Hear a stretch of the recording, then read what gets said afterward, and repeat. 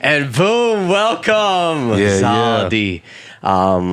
You have some pieces for us. Thank you for coming on, but you have some fire to drop right now. Oh, yeah. Okay, Oh, yeah. let me get it played. Let's do this.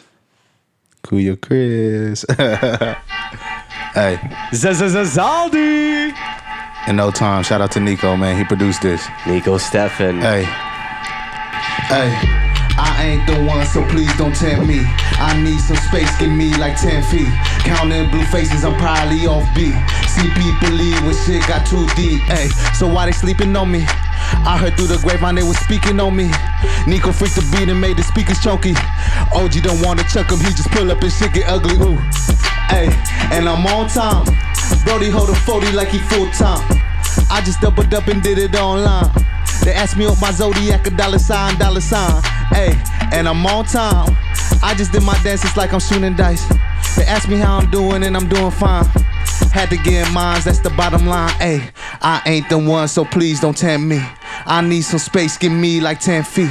Counting blue faces, I'm probably off beat. Seen people leave when shit got too deep, ayy. No more favors, since I graduated, I swear I've been on hiatus. Making sure my team eat, we need like 5 waivers. If you down to ride, I'll probably have you some 5 waivers. It's 50-50, cause in a room of 10, I got 5 haters. They ain't want smoke, we got hella vapor. Xerox, Zaldy, all I see is paper. Seen our Lord and Savior in the elevator. Gave him a 30-second speech that made him speechless. Put this on my mama, put this on sisters, put this on my nieces. Probably hit Neiman swiping visas. Put my cousin in some Montclair fleeces. Mama get the Gucci dough. I lost a couple friends, man, it's Gucci dough. Keep G's with me like a Gucci coat. New girl looking like a Rucci dough. Ayy, and I'm on time. Cause I ain't the one, so please don't tempt me. I need some space, give me like 10 feet. Counting blue faces, I'm probably off beat. Seen people leave when shit got too deep. Ayy, and I'm on time. Brody hold a 40 like he full time. Hey. I just doubled up and did it online. They asked me what my zodiac, a dollar sign. Hey. Hey, Zaldy. I need those little pads. Hell yeah. Going off. Can you tell me the story behind that song? Like how the collab process with Nico went, and what was your thoughts behind that song? So first and foremost, Nico is family. That's my brother. But that song in particular, those was for like my OGs, man. So I was just like, I was talking to like a lot of my OGs from my block. You know what I'm saying? It was, you know what I'm saying? We was just chopping it up, and he was like, I want to hear a song, you know what I'm saying? You feel me? That like, you know, resonates with me. So I was like, okay. Cause you know, he listened to Pac and stuff and all this, right? And then I was like, how can I make a song that resonates with him, but I'm still, you know what I'm saying, that resonates with the younger crowd too, which were like my little homies and my little nephews and stuff like that. So that's how In No Time came up. And it was just a beat that like the whole concept came from like Nico making the beat, and he sent me the beat, and it said In No Time, and I was like, this is it was just meant to be, you feel me? But yeah. And you got your dance move on this one. I've seen your dance move in some of the man, so what do you call that? What do you call it? I be doing some random dance moves, bro. Whoops, Don't worry. I've been doing some random dance moves. This is one thing. You ever shoot dice before? No. So, you know, sometimes I shoot dice, right? But I always like shoot dice and like go like this, like I don't know, it's all in the wrist. But when I said I just did my dances like I'm shooting dice, you know what I'm saying? Yeah. If you see me doing that, that's where the reference comes from. You know what I'm saying? On the song, you actually say that you're probably off beat. You ain't off beat, bro. Yeah. I like this for lion. Man, it's a reference to Blueface. You know Blueface? Yes, you know how he raps off beat. I don't know, man. I was just in a time and day where I'm like, I need to go get it. Get it. I don't know why that reference came up, but I was counting blue faces. And then what do you mean by counting blue faces? When I say blue faces, about like hundreds and stuff like that. You know what I'm saying? Why is it called a blueface? Blueface, because you know Benjamin. So first it's like blue strips. You know that new like 100. Oh yeah. Yeah. I don't know why Blueface called. You know what I'm saying? It's kind of like off blue if that's color. Yeah. But you know. Cool. It's a reference. Okay. I thought because what's called. Were you referencing Blueface the rapper too? Mm-hmm. Do you like Blueface? The music, like where do you stand in terms of rap music and like that style music and everything? You know, I'm not gonna lie. When I'm in the club and I hear some Blueface, I'm like, okay. Mm. There's certain songs I'm like, okay, that's cool. I like it. You know, some of them I'm like, oh, you know what I'm saying? Like it doesn't resonate with me. But yeah, I like. Who are your musical influences? Like who does resonate with you when you say like? If you listen to something on that rap, hip-hop level, who resonates with you? Man, it was funny. And I was just talking to my boy about this yesterday. So shout out to Omar, man. Omar. Me and Omar used to go back and forth with all this music, right? And we were big, highly influenced by the Jacka. You know the Jacka? Mm-hmm. I've heard. I haven't really listened to all this. Yeah, so the Jacka, my figures, like a lot of like bass stuff. You know what I'm saying? That's like where my influence was. Like, and Hustler. You know what I'm saying? That's how I even started like trying to even kind of singing my songs was because of Hustler. You know what I'm saying? San Quinn. I seen Rappin' Forte. Even you know what I'm saying? Off Players Club. Like that was kind of like my influence in terms of Bay Area. But then once I started getting older and started experiencing more, then that's where my influence changed. You know what I'm saying? So then it came to like the Kendrick Lamars. You know what I'm saying? And then J. Cole, I was like running J. Cole for a long time. Interesting. So you grew up first with Bay Area rappers. Yeah.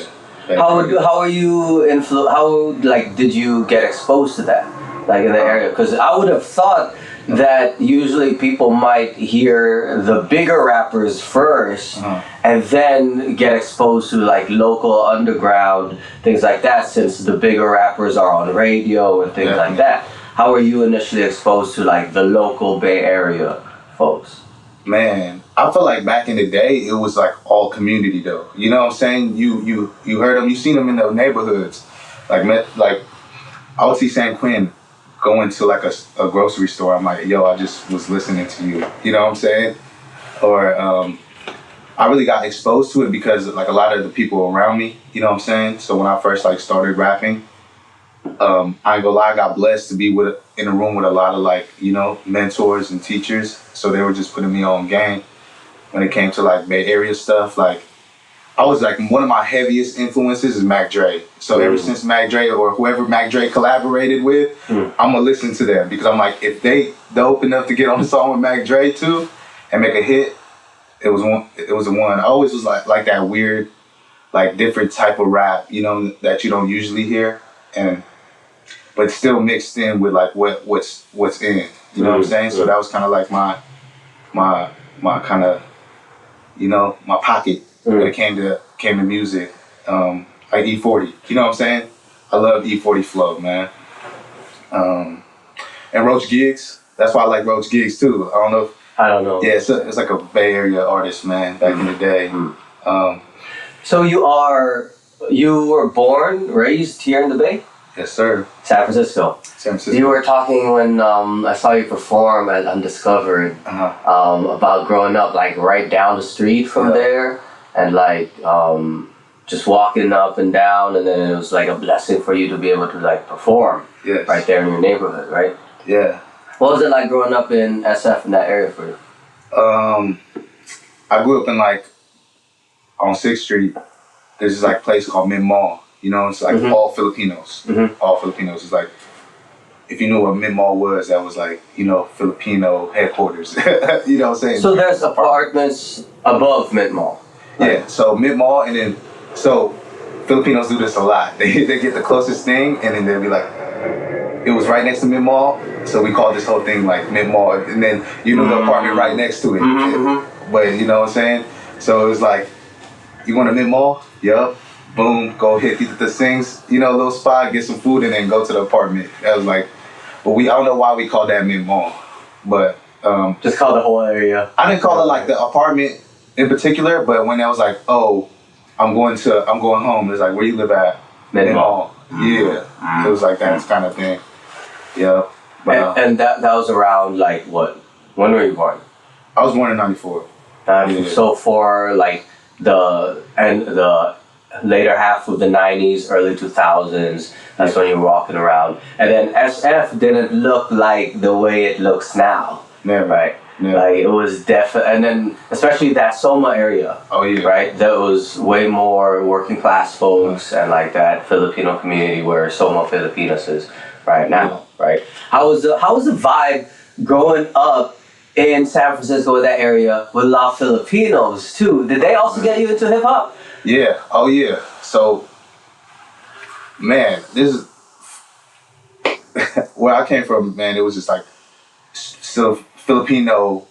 You know, like I said, Filipino headquarters. Let me double back. I'm sorry, I had a long night. Okay.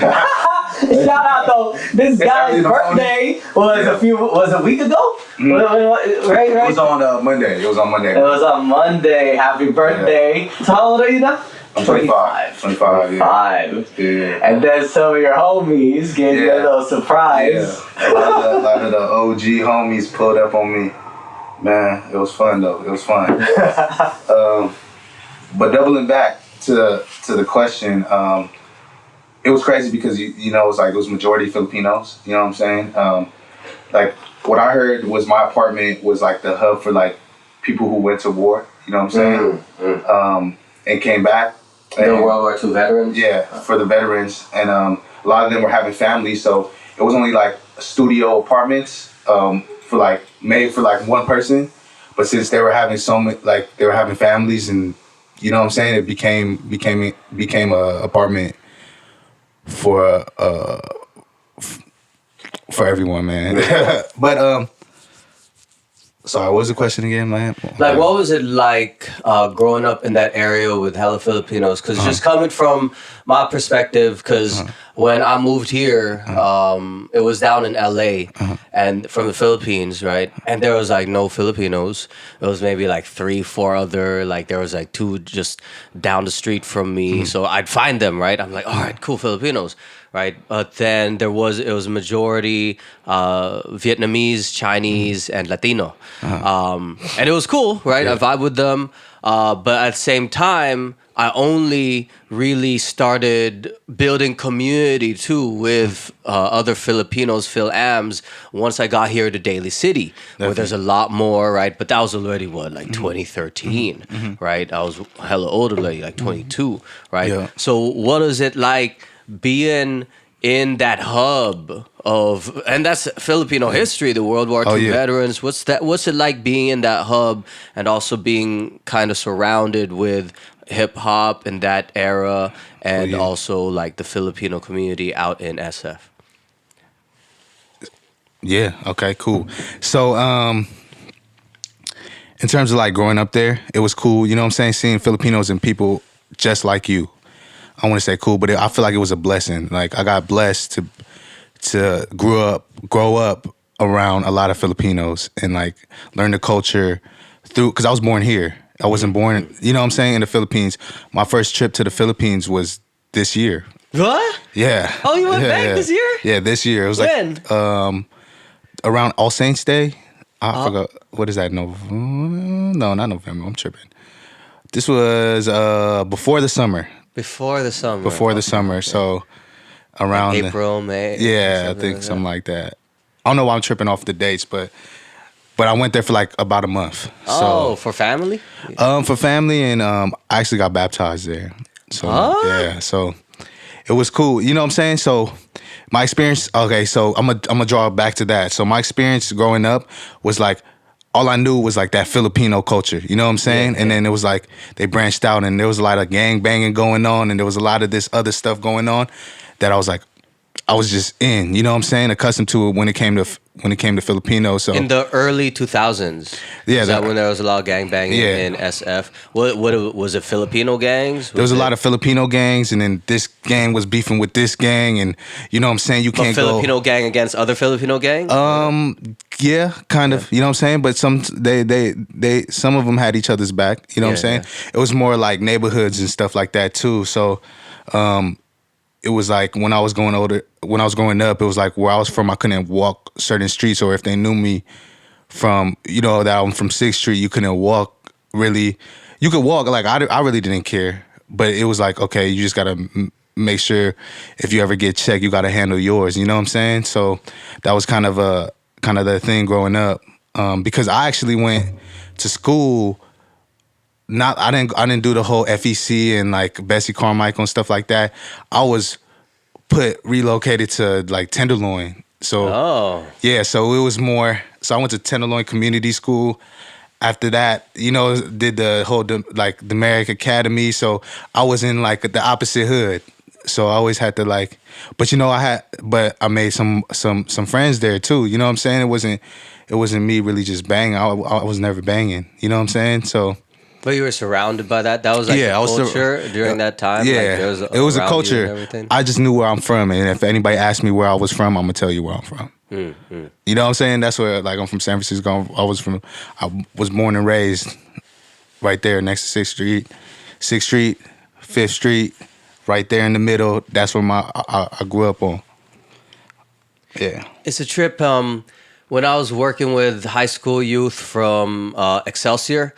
Some of them, and this was like probably 2013, 2014, some of them still have to take different bus routes sometimes to avoid certain people. Yeah. Like, I think because somebody stole his PS3, PS4, whatever, tried to get back at them, and then now they have to avoid certain bus routes just to like avoid conflict. Right, it's still a trip that there's still issues like that going on. But do you think has it gone down in your area since your era? Like, what's it like now? Kind of in this change, because I mean, we gotta admit there is a gentrification and like the changes. What has the changes looked like for you in that SoMa area, 6th Street area? Do you still live there, by the way? My mom still does. Where do you live on 6th Street? I live in the Outer Mission. But you still go back visit your mom? Oh yeah, I still go hit Two Line and do all that other stuff. And what's the changes look like? What's it been like? It's changing a lot. You know what I'm saying? That parking lot right next. I was telling my mom this. The parking lot right next to Mint Mall is being changed into like, I don't know what it is. I'm assuming apartment complexes, and you know the whole idea of gentrification is crazy.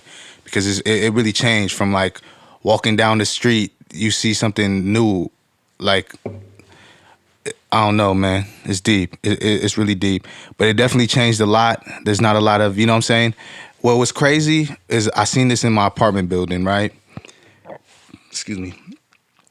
It was rare if you seen somebody other than Filipino in the apartment building. Oh, yeah? So it was that deep Filipino? Yeah, that's how deep like it was in my apartment building.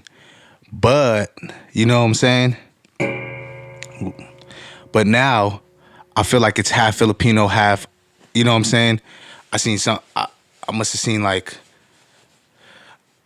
it was just weird for me to see somebody other than Filipino living there. And I'm like, and you have a job in the financial district doing your thing, right? And I'm like, damn, this used to be like for, you know what I'm saying? For the Filipinos who came to America, you know what I'm saying? And try to start a new life. Now it's being super changed. And I'm like, I don't know. How did your mama arrive in SF? Like, what was the whole story behind that? Man, my grandparents came out here first. Oh, yeah? Yeah. My grandparents were very like, so we come from Masantol. And where's that? That's in Pampanga. Yeah, it's like very like a province that nobody like, and I learned this myself just in this previous year, you know. But they came from Masantol, and they were like the ones that were very like, I don't know, man. My grandparents was famous out there, man. I swear, in that province, like everybody knew them. They got a mausoleum for the grave like one of the very few who does, but because they were community people. So every time they got money or every time they had food, they was giving it out. There was, you know what I'm saying? The house that we have now in Masanto, that's like the community. It's like a community center. I promise you, man. I didn't see so many people, Filipinos come in, eat, hang out. You know what I'm saying? And it's on the regular. It's on the regular. But they came and flew out and started working out here and started sending money back. Then once my mom got out of high school, she decided, aside from going to college, right? I don't mean to bust her out. I just called her out. my mom. Hey, I'm not gonna lie to you though. My mom is one of the smartest women I know though. You know, honor roll throughout high school. She can go back and just crush it. I promise you, man. It's where I got my wisdom and stuff. But she came over here and started working. And then all of her brothers and sisters started to follow. And then now I got majority of my family out here. But all in San Francisco. All in San Francisco, a couple in like Pittsburgh, you know, the East Bay and stuff like that. Yeah. And then that's when you were born. Do you have siblings? I do. I got 2 sisters. Are they into music too? Not really. Wait, are they older than you? Yeah, they're older than me. Did they get you into hip hop and things like that? No. They didn't get me into hip hop, but I learned a lot from my sisters just because of what they were listening to. So, like my sister, when CDs were popping, she got like Country Grammar, and I was like, "Damn, look at this," you know. And I just it was like what they were listening to. Because since they like try to big dog me and was like, we're going to play this CD. You can only play your stuff when we're not here. I'm like, are you crazy? I'll take that out. You know what I'm saying? As the youngest, you have to, as the bunso, you know what I'm saying? Sometimes that happens. So I'm like. Bunso power, bro. but so stuff like that happened, man. And it was just like, okay, cool. But it was cool because one of my first CDs, I found All Eyes on Me in the alleyway. On 6th Street. Just in the alleyway? In the alleyway. Somebody must have stole it and it dropped out of their pocket or something. Like the album itself or just the CD? It was in the case. It was in the case? Yeah. And but the thing was cracked in the middle, but it still worked. You know what I'm saying? Yeah. So stuff like that, you know what I'm saying? So we was heavy on CDs. Man, I had so many CDs, it's ridiculous. Damn, I remember having the CD player. Yeah. Remember? And you walk around with headphones on, bro. Facts. But then when you didn't have the anti-skip CD player, you have to put it on a flat surface. Oh, yeah. Right? Because you can't really walk around with it. Right? And you're like, yeah, bro, play, man. And then when you get the anti-skip one, you can actually walk around with the CD player. Man, I remember that. Bro, this was my technique. I was on the bus. I was like, okay, I can get like 2 songs in. Put it on my lap, bro, and hold it like this the whole time, bro. So I can slap it. Yeah. What were the CDs that you were bumping that you remember? Man, y'all gonna make fun of me, man. I was bumping like, so I was bumping that Pac CD heavy. So whatever my sisters, you know what I'm saying, got, because I was like, because it was also expensive. Yeah, it was super like expensive. $15 sometimes. $15. We used to do some like hood rat stuff, you know what I'm saying, and like get CDs, you know what I'm saying. But it was always like what's like, I don't know, whatever my sister got, it was cool, you know what I'm saying. Like I don't know. I remember she got like a B2K like stuff. But you know what was crazy? Because you know how you had the anti-skip thing? What we used to do is get the CD player with the tape, you know, the tape deck, and then just record stuff off the either the CD, like the dual one. Yeah, and then put it onto the tape? Put it onto the tape. Oh. You know what I'm saying? And then slap that or stuff off the radio. Before you could record off the radio, which was illegal. Sorry. Don't put me in jail. But other than that, I don't know, CDs that my sister was listening to, and what was cool too is my older sister got me into kind of like rock-ish. She was like into that rock and like the alternative stuff. Yeah, the alternative stuff. My sister was like that too, bro. Yeah. Man, I got into, because of my older sister, I got, and then she had, I don't know if she just had more money than me or was better at managing her birthday money. Yeah. But then she would be able to buy more of the gear and more music than me. And I'm like, what the fuck? Where's my money? And then so I'll just listen to her music. I got into Avril Lavigne because of her. And I was like bumping that. But then I didn't want to show anyone that I was bumping Skater Boy. See you later, boy. Shit like that. But I was like, damn, this shit slaps. So complicated. I'm like just sitting in the mall listening to this shit with a frown, acting tough and shit. I was like, damn, I want to learn how to skate. Yo, but there's some hilarious. good also rock. Like I was getting into some Isley, or like my sister loved like the Ramones and things like that. Oh, so like I haven't gotten deep into it, but then it's kind of cool having someone with a different taste, a little older too, but then still like leeching off a little bit off that music. Yeah, definitely. I didn't know what Panic at the Disco was, and it was just, you know what I'm saying? My sister was slapping. I was like, Yep. Okay. Arctic Monkeys. I found out because then I was like, this is kind of cool. Facts. I was like, I see it. But then what was once you got into mainstream? What were the main influences? Because off your therapy, all right, let's actually throw back. You Definitely. Released 2014. It's on your Bandcamp, right? I remember slapping that a lot, bro. One of the tracks there was Kanye's. Which Jesus Walks. All Falls Down. All Falls Down. All Falls Down instrumental, right? And then you did a piece on that, right? So it seems like you also have Kanye influence on you, right? Kanye was like, when he was doing all that, because back then, I thought his stuff was like, I just like being honest in my raps. You know what I'm saying? I just loved like saying what was real. You know what I'm saying? That people wouldn't say. You feel me? Like, tell me that ain't insecure. You know what I'm saying? Like, that's real. It's like kind of like checking people. Like, you know? So damn, you check people on your track by saying you spend your financial aid on shit. Yeah. So that was like, bro, say that in SF State. Man, I must have did everything with my financial. Bought a chain. Oh my God. Definitely bought a chain. That's why people don't want to do the loan forgiveness, bro. Man, come on, Bernie. It was nah. So with that, so the beat actually, I'm not even gonna lie, it's a Pete Rock beat. So I heard Kanye in the interviews like Pete Rock is one of my influences when it comes to beat.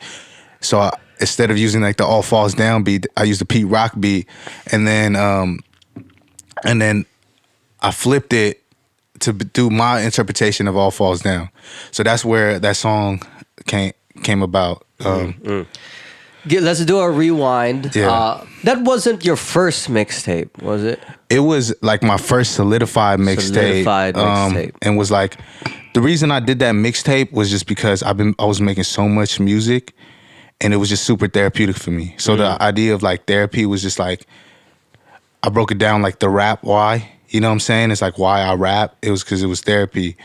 Instead of going, like I have an intro where I was like, you know, it was Jay-Z talking, right? Jay-Z talking about with Howard Stern, what helps him. Like he doesn't need therapy. This is his therapy. Like he's working it out in front of thousands, millions of people, right? And I actually love that concept of therapy or mixtape because at times it really feels like that when I'm able to put shit out onto like either poetry, rap, some song. It is therapy, right? To get things out, right? And I love that concept of that. That was a solid mixtape that I was bumping in 20. Bro, I still remember. I remember vividly driving on the 210 on the freeway going up to State and just listening to that shit, bro. That was a clean mixtape. I appreciate that. Heavy. I actually have some questions about that. Tell me the story. What was the process of doing that therapy? Who did you record with? Where did you record? Like, what was the overall process of and feeling of putting that together? Yeah, so therapy was like songs. So people don't know, therapy was like songs that were compiled throughout when I was everywhere from like 14, 15 to like 20 or 19. When I dropped 2014, 2014. How old are you were probably 20, 20, like 19, 20. 1920. So like, let's say 14 to 20 was a lot of the songs that I had a lot of these songs and I'm like, yo, where I want to go with it, you know? I was at a nonprofit studio called Y Projects. So that's how I first heard about it because I was going to school out there. And then shout out to my guy, Geese. He's the one who was like, hey, come to the studio. And because I was in this program called VYDC. They'd heard that I rap. I was doing poetry in the beginning, you know what I'm saying? So you did poetry before you rap? Yeah, so it was more like, man, I got into poetry because I actually had like a counselor, right?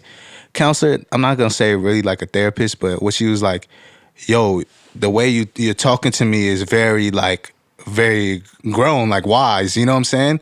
This was in high school, middle school? This was in middle school. Oh. So this was in middle school. So she was telling me like, which was, and it's funny, her name was Miss Class. Miss Class. Miss Class. So Miss Class was like, okay, cool. They used to have me check in because we had like our school is predominantly a lot of the students from the hood. So underprivileged youth. And which middle school is this? It's called the Merrick Academy. So like when it first started, it was like a lot of underprivileged youth that they were giving them a chance to have private education, you know, like private school education. Oh, okay. So the Merrick Academy, man, really was like a cool thing, to be honest. Was that like one of those placements by lottery? Like how, or did you all have to apply to it? Yeah, what was that? It was an application process. So you had to write like why you want, and then why you want to be there, and like they decreased the tuitions. And what was cool to me was that you get these people coming to your hood, to your house, and really experience like to interview you. Oh yeah, yeah. And at the time, like I was living in the hood, like my mom's studio apartment is real. You know what I'm saying? So they sitting on boxes interviewing me when I was a youth, you know what I'm saying? And I thought that was like, and they're all in like suits. They're like in a suit I'm like, damn, you really came into the hood and really just interviewed me and was like, hey, I really love your story. Like, not love your story. And it's like, we really feel you. And that day there was like, definitely a good candidate for the school. Word. Yeah. And so this counselor was telling you, Miss Class was telling you what, like, the way you talk and everything. So yeah, they put you in like a lot of the bad students. They went to go talk to counselors like all the time. So I was one of the bad students, but she was like, "You so smart to be super like, you know what I'm saying? Why you gotta be so bad, right?" What did we get in trouble in school for? Just talking, everything, man. Cracking jokes. But I had those jokes where you just wanted to laugh, bro. Yeah. You couldn't stop from laughing. Even the teachers was laughing. That's why they're like, get out of my classroom. You know what I'm saying? Yeah. Because like they ain't that mad, but they can't let the facade of control get too out of control, right? Yeah, it got too out of hands at points. But Miss Class, she actually gave me she didn't give me the book, but she photocopied all of these books from like Tupac's poetry book thing. Oh, what? Yeah. And then she gave it to you. And then she gave it to me, stapled it, and then gave it to me. And I was like, damn. And then that's when you started writing poetry? Yeah. Oh. Yeah. And then, do you have your own poetry still? I don't. You don't? I don't really do poetry like that anymore. But you lost it? You didn't keep it anymore? Or you got hidden? Is it stashed somewhere? I just moved around a lot. You know what I'm saying? Right. If I could find my old poetry notebook, I might have to go talk to my mom, see if I can go through her stuff and see if I find that old notebook. But had a lot of deep stuff in it. Yeah. A lot of deep stuff. How did you transition from poetry to rap?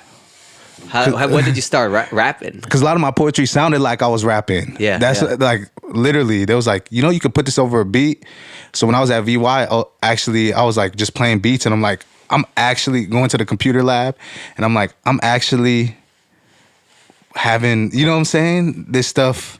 So how old were you when you were going to this other program? You said what, VY? VYDC. I was a high schooler. But so when I was in high school, I went like to 2 programs. So I had like VYDC, but I first started at Chalk. I don't know if you know Chalk. No. Communities Heroes Advocating for Learning Kids. But it was right next. It was on 6th Street. So you know what I'm saying. It was cool because they introduced me to not introduced me to rap, but a lot of like the big brothers over there was like, you know, were rappers. You know what I'm saying, from 6th Street, blah blah blah, and all this stuff. When I started doing shows, I was at VYDC. You know what I'm saying? So when what it came does to VYDC stand for? Vietnamese Youth Development Center. Oh. I'm not Vietnamese, but But we all the same, bro. Yeah, it was like a lot of like the Asian descent and stuff, and we went there, and then they put me on my first show. Oh, so they had like beats, like computer recording equipment, things like that. They were more advanced, Oh. And then like a lot of the case I had a case manager. So when it came to like if I ever got in trouble and stuff like that, I'll have to like report to my case manager. Through at VYDC. At VYDC. Oh, and then a lot of the big brothers, like you were saying, at VYDC were rappers. So no, at Chalk were rappers. So when I was done with the Chalk program, I went to VYDC because I did I got my first job doing like hourly job doing Maip. You ever heard of Maip? Yeah, I've heard Maip. Yeah, so Maip, but they placed me at the headquarters was at VYDC, so I was there constantly. Oh. You know what I'm saying? And then they had recording equipment at VYDC. They didn't have recording equipment at VYDC. So they had like computers and stuff where I would just be on the computer listening to beats. Oh, okay. And then like the case managers, like the big brothers and stuff like that over there, they would like put me on to like these different beats, you feel me? Like Jay Dilla, you know what I'm saying? I was over here listening to like super like very, very nostalgic beats, you know what I'm saying?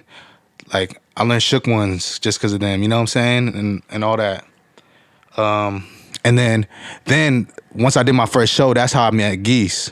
I did it with VYDC, met Geese, and then he introduced me to Y Projects, and forever that, it was family, you know what I'm saying? How old were you when you did your first show? I have a picture of it too, it's so funny. But I don't know, probably like 16, maybe 15, Damn. 16, 17. It wasn't even my first show, it was just more like I did my spoken word, and then I tried to rap, but I was just trash. Like it was just like me doing a poem to a beat, you know what I'm saying? But it was like, you know, then I met my, you know what I'm saying? But I'm glad I did that because now look at, you know what I'm saying? How far I came. You performed with Geese, like at Undiscovered, right? Yeah. You brought him up for one of the songs. It's my brother, yeah. And so like, ever since then, you kept the writing consistent and the recording. Where would you record with this? So I would do VYDC, my program, and I was just labbing it for a long time. So Y Projects, it was in the Tenderloin on Golden Gate, and I'll go to the studio every single day. So Y Projects is a youth org, but they have... It's through the YMCA. But they have recording equipment. Yeah, they had a record. So they were like one of the first to kind of like get a real legit studio, and the person who ran that was part of like Beat Rock too. You know Beat Rock? Oh yeah. So his name was Gamma Ray. He was kind of like behind the scenes too, but that's like my big dog, man. I love that dude. But he kind of like taught me a lot. You know what I'm saying? And every time I was there, I was just getting more consistent. Like I was just writing heavy. You know. Just to get better, you know what I'm saying? And then I was like introduced to a lot of OGs, like Dregs was one of my mentors over there. He worked there, you know what I'm saying? Dregs. Now he's a lawyer. That's how I know Dregs. People don't know that. Like, oh, you probably know. Nah, Dregs was there every single day with me in the studio. You know what I'm saying? At Y Projects, and then Big Mac from Hunters Point. He worked there as well. Mac taught me a lot. He didn't baby you. You know what I'm saying? It was like, you're going to rap. And you got it. So making songs with them was like, damn. When I was this young, damn. You know what I'm saying? Like, There's many that YMCA would have that. Would have like a recording studio and that kind of spot that's open for youth and for other artists, like local folks, community folks, to like use the equipment and have an on staff like engineer. Definitely. And all that. That's like, that's kind of unheard of even now. Yeah. Like that's not even a lot. That's not super accessible outside of like little hubs like that. Definitely. And I'm doing that. I'm making sure that happens because I feel like, so right now I'm working with like schools to do like music internships and stuff like that. Yeah. So I got Geese. He's actually building a studio in John O'Connell and doing this internship where students get paid to like build a studio and make music, and then Word. They get paid. The students get paid to run the studio. Yep. Word. Yep. Mm-hmm. Through what program is that? So it's through Urban Services YMCA. Oh, so damn. we're making that happen. Yeah. Bro, that's pretty dope, right? Yeah. Like to actually get paid as a student, to actually learn and get into your passion with music, where you actually have something like economically, like an opportunity, like to be compensated, right? Because half the shit, like growing up, it would be like, don't do music, you won't get paid off that, or like there's no opportunity in that. That's why folks want you to whatever, be a lawyer or be not that it's bad. Right? But like it's not seen as an opportunity. Facts. Right? And what's dope is I do see you, like you're in some, you're at Balboa? No, I'm at so I'm a site coordinator. So that's my like side job. I like to say side job. Weren't you at Denman too for a minute? Yeah, I was at Denman. Like a year ago or something? So Denman, I built a whole, like, I had a full-on recording studio. I had a full-on screen print, silk screen shop, man. And then I had like a couple, I had a videography, photography lab, and a couple of, why am I tripping off what it was? The Maker Bots, you know, the Maker Bots? Yeah. And then you did this through... I did this through Urban Services, YMCA. Oh. So it kind of like double back in the future, you know what I'm saying? I was part of Urban Services. Landed this and then started doing that. But what was cool is that they entrusted me with all this money to build one of these things, and I'm so glad it's still successfully running. It's still running right now. So they have like a recording studio. With high-tech equipment, man. I'm talking about like stuff you can't just get from Amazon. You know what I'm saying? Yeah. You know what I'm saying? But and the print shop is ridiculous too. And the students are running it? We have a new person running it since I kind of got like a little promotion. But she's still running it, and she hits me up like a couple times too to see. So was that like she runs it, but the students have access to like use it and like learn how to use equipment? So when I was there, I was getting like, it's kind of messed up, man. I got a lot of the kids who were big troublemakers. I'm talking about like the biggest trouble, cut class, you know what I'm saying? All of this other stuff, you know what I'm saying? I'm not gonna say troublemakers, but they were lost, you know what I'm saying? They came to the studio. I guarantee you, man, that was the first time I ever seen them really focus on really writing and trying to be like, does it sound good? Does it sound like very invested in what they were doing? So what I did was like, I just had an enrichment where I'm like, yo, y'all want to be here or y'all want to play around? So if you're going to be here, you're going to write. You know what I'm saying? Made a lot of songs with them kids. Dope, bro. Yeah. Like, so I was at Denman for 2 years because of PEP. Yeah. Right? And then I felt like there's definitely like, I don't want to call them bad kids, right? Yeah. But it's just that the classroom environment is not the best space for them to like fully express themselves. Especially the funny ones, bro. That's why I was laughing at you about the ones who are funny. And I'm laughing at their shit. I'm in the front of the class giving a lecture, right? And they say some shit that I'm like, oh, that shit funny, right? But I have to stay on track with the syllabus, right? And then I kind of like talk to them on the side, but I'm laughing, right? Talking to them. But we can't have them just blurting whatever in the middle of the class for the other folks, right? But I want to engage them in other ways. So it's dope to hear, right? There should be other avenues for them to really express themselves and to grow and to like find whatever passion, right? And it's dope to see. I hear from you like this big full-on circle, right? From being someone who attended these programs as a youth, found opportunity, and now you're helping facilitate those spaces and then also like supportively challenge these other youth, right? Who be going through like similar, or maybe they have, they want that outlet, right? So that's dope. And where are you at right now? So I'm over there at John O'Connell. I'm a site coordinator over there. What do you do? Do you do similar things? So similar, like, so basically, I'll be running a team. I got a little team, you know what I'm saying?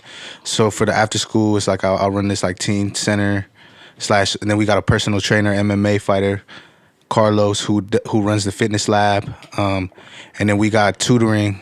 These are after school programs? Yeah, this is an after school program. Yeah. Oh. So we got the whole thing. So I'm like running all like the team. But also I'm in there like at the teen center really like trying to you know what I'm saying? I'm just with the youth. I'm just engaged with the youth. Jano Kano, is that a high school? It's a high school. Oh. Yeah. So I kind of leveled up from middle school to still the same though. Still the same. Word, still childish. Youth work and all that. For sure. Can we have you perform your second track? Yeah, let's do this.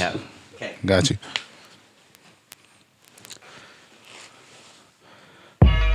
Hey. So this is actually the song that I said I flipped All Falls Down. Yeah, so some real, yeah.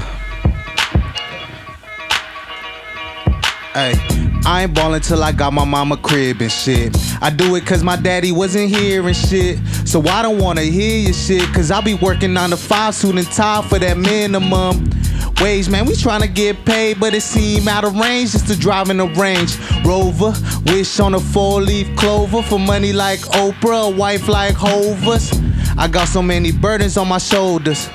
My uncle think his life almost over, so he sipping on the 40 O's as a Cobras. I don't think he spent one night being sober. Damn, my teacher asked me what I want when I'm older. Opportunity knocking at my door like Jehovah Witnesses, and y'all my witnesses, cause I'm about to wrap it up like these Christmases, yeah.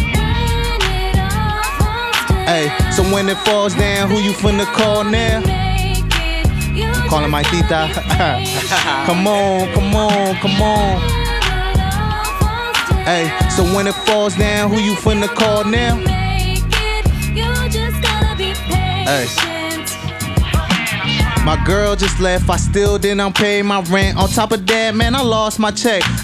Looked under the bed like where that shit went. Fuck, I need that check so I can buy some Jordans, man. Yo, I'm so hard-headed. Instead of buying food, I went to buy me some shoes. Like 300 on the feet just to show I have heat. 400 on the belt to perceive I have wealth. Couple racks on the chain just to show them the pain now. Shorty's hollering where the ballers at. Man, I feel like Kanye, but I should be ashamed. I spent my financial aid and more. Now I'm back to the trap. Back to the back of that welfare line. Probably sell some crack. Put my soul in a rap. Make $1 million off that. Sell my soul, hell no. Cause I won't get it back. You feel that? Yeah. Hey. So when it falls down, who you finna call now? Come on, come on, come on. Hey. So when it falls down, who you finna call now? Hey. Southside, Southside, we gon' set this party alright. Hey. Westside, what? Westside, hey. Set this party alright. One more time. Southside, Southside. Hey.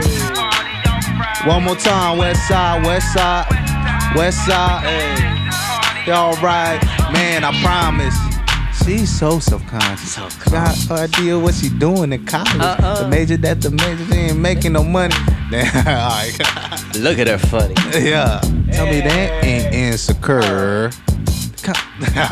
Insecure. Hey, shouts, brother. Right on, bro. I actually have a question. Yeah. From the Therapy album. I forgot which track it is, but you said 5 times almost died this year. Yeah. Remember that? Yeah. What was that? Why did you almost die? I got into a lot of experiences, man. You know, everything from like I got into like a car crash. You know what I'm saying? Where the first time I was like, man, why is my mouth bleeding? You know what I'm saying? It was scary. It was scary. You know what I'm saying? Been a lot, everything you could think of, man. Coming to like violence and, you know what I'm saying? And being a part of a lot of like activities that I shouldn't be in. What year was this? It was damn, it was a lot, man. Like everywhere from like ever since I left my parents' house or my mom's house, it was just all downhill. You know what I'm saying? It wasn't downhill, but it was like it was a majority of my inspiration for therapy. So when I left my house, so like when I was 18 to 19, that was kind of like the year where I was like, I'm an adult now and I got to start doing stuff. So I was doing a lot of things that I feel like I shouldn't be, you know. And I moved around a lot. So everywhere from like, so I was on 6th Street, I actually lived up the street from here. I had a little room on Gellert right here. Oh, word? Yeah. With a family friend. And then I moved out to Pittsburgh. Damn, you went all the way to Pittsburgh. Pittsburgh, Bay Point. I was living in like the projects out there, like Bailey's. Moved to like Willow Cove, and you know what I'm saying? And double back. Why were you moving around? Huh? Like, why were you moving around? What was like the impetus to leave home and then? In all honesty, I was tired of sleeping on the floor, man. You know what I'm saying? Like, to be honest, I was like, I'm grown. Like at that time, I was like, I'm 18. Why the hell am I still sleeping on the floor? You know what I'm saying? Like, I don't understand. I didn't understand it until like, you know what I'm saying? I wasn't blessed with a room or a bed. You feel me? So I was like, I wanted that. And I was like, the only way I felt like I would be an adult and grow up and like change this lifestyle was if I went out and went to go get it. So that was kind of like my motivation. And my mom, she wasn't mad that I left, but it was more like he's an adult now. There's something he had to go through to be a man. So. In the song, I remember when you performed this also, right? When you answer your own question of who you gonna call, you mentioned your titas, Lola, right, and your mama. And my mama. Right? And it's all these women in your family, right? Definitely. Like, definitely. How has throughout the years your relationship like evolved with your mama and these women in your family? Like from leaving, right? Yeah. Initially, like leaving, and that impetus is kind of like, yo, let me make it on my own. Facts. But then, at least for me, over the years, like I realized how much I actually rely on my mama. Like sometimes now when I'm stressed and I'm like, I have to talk to my mama. Facts. Or when I feel anxiety, sometimes I'm like, Mom, all right, da da da da da da da da, and then I have to like logistically like say things, right, and then it kind of brings it back, right? But it's only evolved after this initial like rebellion, kind of, right? But how has it evolved for you? And it seems like a lot of the women in your life. Yeah. Definitely that's like, man, I grew up in like majority women household. You know what I'm saying? My 2 sisters and my mom. So it was like, a lot of it was like, when it came down to it, I'm like with my cousins, you know, they're all males and stuff like that. And we was just, the testosterone was high. You know what I'm saying? But in terms of like, so what I didn't realize when I was younger was that my mom did a lot. You know what I'm saying? If it wasn't for me, I went to a private school. You know what I'm saying? Purely off that, I was in a PRO program, extra opportunity program. It wasn't for that, my mom filling up that application, I wouldn't have gotten the education, you know, that I got now. So I honestly, like, I wasn't there, even though my mom didn't say a lot of things and she didn't really like, my mom is the toughest person and the smartest person I know. You know what I'm saying? You can go around the corner and try to spook her, you know what I'm saying, like that, and she won't budge. I promise you. Yeah. Everybody know her in the neighborhood like as Mama. So, and that's her nickname. Yeah. Mama. Yep. And if you go to my apartment and be like, hey, where's Mama at? Where's Mama at? It's my mom. So my mom was I don't know. She was a role model because she was very, very tough skinned, and I feel like I get a lot of that from her. But now how it evolved, you know what I'm saying? A lot of the times, like I was out, I wasn't even home. I was running the streets doing some stupid stuff I shouldn't be, you know?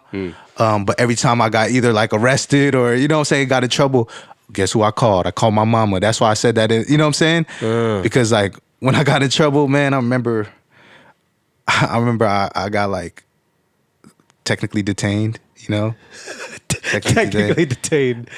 I was put in detained, kind of, right? I called my mom. When this police officer, he actually lived in the apartment. Oh, yeah? Yeah. This police officer lived in the apartment, but he was a Filipino police officer. I remember one time he got me. You know what I'm saying? Yeah, I don't know what the fuck I was doing, but he got me and he brought me home and he's like, "Is this your son?" But he knew. You know what I'm saying? He knew that was my mom. And my mom does this crazy thing where she just laughs if you get in trouble. She don't follow you. She was like, I'm done like hitting you with the slipper. I'm just gonna laugh at you. Yeah. And my mom does that. But ever since then, like, I didn't understand because my mom was teaching me these subliminal like messages on how to be a man. You know what I'm saying? What do you feel are those subliminal messages? What do you mean? For example, like my mom, like, you know how like sometimes you ask your parents for money, you know what I'm saying? And they just give you the money. My mom never just gave me money. It was just more like, I'm gonna give you money for stuff that actually means something. So when it came to food and stuff like that, okay, I'll throw you a couple dollars. But I learned to like never ask anything, like, you know what I'm saying? Like throughout my trials and tribulations, like I always try to have it equal. You know what I'm saying? As much as people do for me, I try to do for them. I learned that from my mom. You know what I'm saying? Because my mom never was just like, if you help me out, I'm gonna help you out. Or when it came to like money, you know what I'm saying? She was like, even though I buy hella clothes and stuff. Jordans with financial aid. Yeah, change and shit. I was gonna do it. But I always double back to like kind of what my mom taught me. You know what I'm saying? Don't mind me asking, where was your pops? Was he not in the picture growing up? Yeah. You know, sometimes he went to go. He had a different mindset. You know what I'm saying? Different lifestyle, different mindset. You know, but you feel me? What's crazy is because I have his name, so I feel like Zaldy. My dad's name's Zaldy as well, so I'm Junior. Oh, nobody knows that I'm Junior. Yeah. But you know what I'm saying? I feel like this, like I had this stigma. He Filipino? He Filipino. Yeah. So I feel like I had the stigma of like my dad. You feel me? Of like, because my name was Zaldy. You know what I'm saying? He was kind of like a thug. I was like, back in the day, I was kind of like that too. You know? So I feel like it kind of rolled over on me. But my mom was trying to teach me, aside from that, to be a man. You know what I'm saying? And how to be a man without having a man figure guide you. You know what I'm saying? Because I looked up to like a lot of like my uncles and stuff like that and mentors, but I didn't have like, you know, like a real kind of like father figure until like these past couple years. You know what I'm saying? So my mom taught me, and then my mom knew she couldn't do it. So what she did, my mom not do it, but my mom taught me through experience. It wasn't through like, I'm gonna tell you how to be a man, blah blah blah. She's like, okay, you wanna be a man? Once you're 18, you can go ahead, do what you. But just know that, you know what I'm saying? You feel me? I got you. Yeah. Word. So she got that the challenge, like lets you live through the challenge, but also letting you know that she's there for support. Yeah, and it's like they're 100 behind you, right? Like, thanks for sharing, because it definitely is an experience like to hear. In terms of, it's good to hear that you've kind of deconstructed it too, right? And especially like the experience of not having the quote unquote male role model at home, right? But to see that you've kind of understood, that you've learned even through your mama, even if she's not like this male role model, right? But then also in recent years, you said you've been getting more of that father figure in different ways. Not necessarily like father figure, but like mentor, like that. Yeah, male role models. Yeah, okay, like a lot of that, and it comes in different waves, man. Like I was talking to my little nephew about this. I was like, advice, I could take advice from anybody, right? But what really stick to me is like using that advice, right? And see if it works out for me. So in terms of like, for example, like I talk to my cousin on a daily, you know what I'm saying? And he an OG. Like he been in the game, been in and out of jails, but still has like that wisdom, you know what I'm saying? To like be like, don't do this or don't fuck up, or it's all about how to get a bag instead of like all this gang, like, you know what I'm saying? Being hood and investing in not making money and all this other stuff, right? And who I am as a person. Then I have like people who's like who are CEOs. Like I have a mentor who's like a CEO. I have another mentor who owns like half of a law firm, you know, who just like gives me game. And it doesn't, and what's cool about it is like they don't care where I'm from. They don't care what they do care what I've been through, but it's like it's more like how can you, aside from like on my birthday they took me out, right? And they told me you deserve more. You feel me? You deserve more. You and there was like the way you're gonna get it is about education, the value of education and how you can educate your mind to be like, this is what you want and this is how you're gonna get it, and having the discipline to do it, you know? And that resonated with me because I seen it with them. They're very successful in their life. So if I could put my mind to anything I want to do, it's beautiful. It's a beautiful, you know what I'm saying? It's a beautiful thing. And they really taught me that. But also it's like, you know what I'm saying? I get inspiration and I get like advice and from a lot of other people, and sometimes some of them I don't listen to it. You know what I'm saying? I know who I am. But a lot of it is like, so when I was on 10, you said judge you off of loyalty and accomplishments. You know what I'm saying? Like, if you can accomplish what you do and still be the same person as who you are, you know what I'm saying? I really respect that. Respect that, for real. On the topic of advice, I was just thinking of how like I've been given advice throughout the years, and sometimes I'm like, yeah, that's good advice, but I do the complete opposite. Yeah. Right? And then I realize, oh shit, there was truth to that advice. Facts. Right? Especially when it comes from like my older brother, and then even the older I get, I'm like, damn, my mama was correct on a lot of the advice she be giving. I'm like, oh, I see the wisdom, you know? And sometimes it's almost like, I wish it didn't require it, but sometimes it's required me to fuck up on my own. Yeah. And then be like, oh shit, that was correct. That was correct. Facts. Right. On that tip though, about like you getting advice on what you want to do, right, and achieving your things, right? Where do you see yourself going with, especially in the topic of music and the work that you're doing? Yeah. So, in terms of music right now, it's like I'm in the process of making this project. It's called Stop Watering Dead Plants. So shit, so I'm wearing the shirt already. I'm wearing the shirt. You got the merch already. Stop watering them plants. Dead plants. Oh, dead plants. Dead plants. Okay. So I have a mentor. It's my sister. I call it my sister, my big sister, Jenny Flower. I'm gonna just drop her name. Fuck it. Wait, blood sister? No, it's not my blood sister. Okay. But when I was in Spotify, I actually met her when I was at Spotify.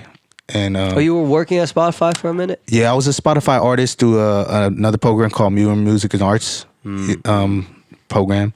But I was over there and we were running like studio sessions and stuff and curriculum over there at Spotify. So I had the blessings to do all those kind of things, man, which is crazy, bro. Like, I can't even believe it to this day, bro, like the opportunity that got put in front of me. And I just seized it, you know what I'm saying? And that's what I learned from these mentors, you know what I'm saying? And like the adults who are successful with it, who told me to just like, yo, fuck it, do it. You know what I'm saying? But anyway, my sister, I remember I had dinner with her and this quote really resonated with me. She was like, because she's very successful in what she does, you know? And what she told me was, you just got to stop watering dead plants. Like the people who don't want to grow with you or grow around you, you know what I'm saying? Are the people that you know what I'm saying? It's like cutting dead weeds. You feel me? It's just a burden. So it wasn't. I took it to another level where it was like I got to stop doing the habits that I'm doing in order for me not to grow. You know what I'm saying? Like I was doing some like stuff that I shouldn't, like all these other bad habits where I'm like that were taking me to a wrong direction. So I took it to that level where stop watering dead plants, and a lot of it is just like me growing as even an artist. You know what I'm saying?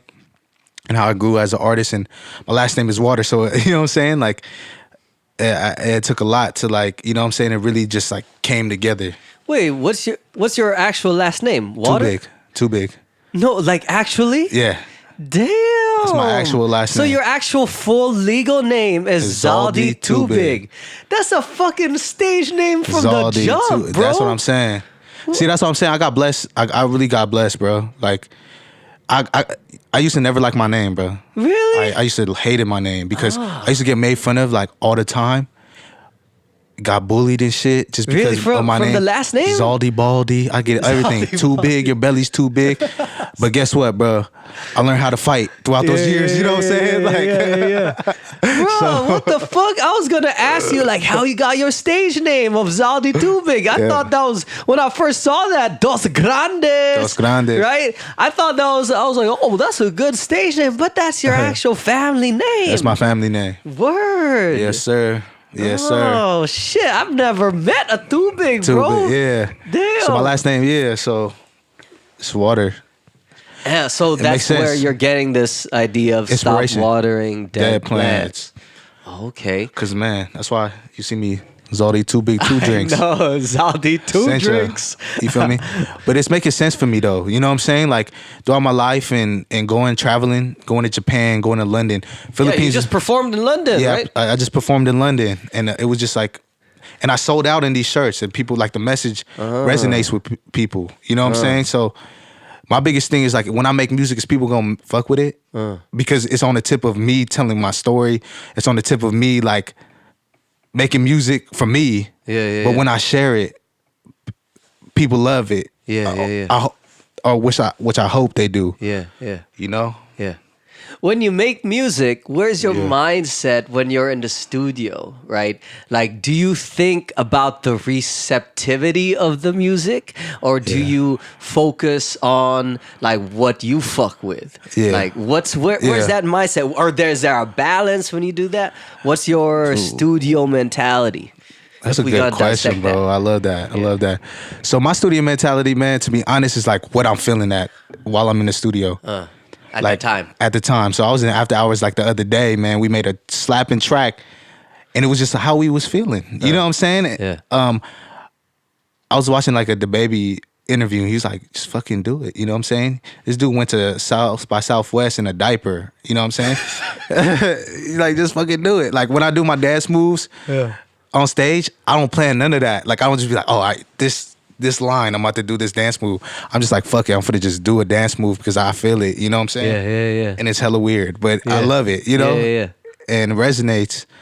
But also, like, when I'm in the studio, it's more like, so what I realize is, like, I spend so much time to try to make sure I used to spend so much time trying to do everything perfect. Like, this 16 bar has to be the best fucking 16 that I wrote. Prize winning. Yeah.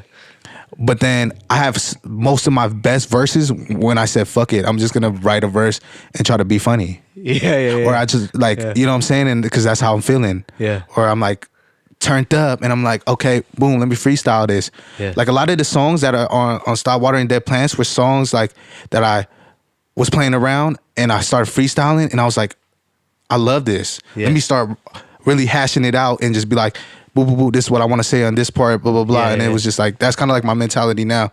It's more like, I'm just going to make music that I like, you know what I'm saying? And that is really like means something to me because like those, and also have a message. It has to have at least a message in it. You know what I'm saying? Hopefully to some people, you know. Even the turn up songs? Even the turn up songs. There's a message in your turn up songs? Yeah. I can consider like In No Time a turn up song. You feel me? But that's like, you know, a lot of that stuff is like Brody hold a 40 like it's full time. You know what I'm saying? Like a lot of that stuff is like stuff that my family's still in. You know what I'm saying? Or like, or the people I know around me are still in. I'm still in it. You know what I'm saying? I can't hash away, but hopefully when you hear this song, you know what I'm saying? It means something to you. You know what I'm saying? Damn, Brody hold a 40 like it's full time. 40, bro, I get a headache after 2 beers now. I'm on that wine shit. I can only fuck with wine now, bro. Yeah. I'm actually not talking about like the 40 ounce. Oh, I'm talking about I'm talking about like a 40 Glock. Yeah. But you know what I'm saying? Oh, interesting. Yeah. I thought of the other 40. Yeah. Okay. Yeah. but the idea of that was just like, I have like a lot of nephews like that are like caught up in the game right now. You know what I'm saying? Out in SF, is it? You know, everywhere SF, in like the Bay. Pittsburgh, yeah. Pittsburgh, the Bay. And it's like, it's up to me to like kind of like, they looked up to me as a role model. So when they heard my music, it was like, yo, you the truth, bro. Like, so if I can make, this song is actually for them. Yeah. And for all like, you know what I'm saying? And it's like, and for my cuz and stuff like that, because we did a lot, you know? It's been a rough year for us. Do you feel like it's still a prevalent thing in the community, Filipino community, like running the game and being caught up in that? Like, or has it transitioned from like the gangbanging of early 2000s, late 90s? Like, and do you see, like, where do you stand on that message? Like, are you trying to advocate for them to find other avenues or run the game if they have to? Like, what's your vibe right now with that? Man, what the OG told me was that it's not about the banging no more. It's about how can you get the money. You know what I'm saying? If the motive was money in the start, why did we lose a lot of people through killing them? You know, killing each other. You feel me? So good thing you asked that question, man. Because when I went to the Philippines, in Masanto, we were hanging out with the deportees. You know what I'm saying? And they were deported because of gang violence. You feel me? From here and they're back in the Philippines. Back in the Philippines, and they can't come here anymore. And they hit me with a lot of game. Because, you know what I'm saying? They talking like they from OG Frisco, like real, like, man, like, you know what I'm saying? Like real tough, and like people who did 30 years, man, in jail and got deported. You know what I'm saying? Did a lot of this stuff, man. They were just telling me like, yo, just don't fuck up. Don't go to, like, if you, like coming from like an OG and them telling you, hey, don't fuck up, bro. I make $3 a day here. You make that walking down the street over there. You know what I'm saying? It's the life you like. And I know I'm not, it's like, it's not the idea of getting deported, but it's the idea of like, you know, losing your sanity. You see stuff in the news now. You know what I'm saying? People doing some shit and like shit go wrong and all this other stuff. If I'm gonna do it, I'm gonna do it right. Basically what it is. That's what it is. Yeah.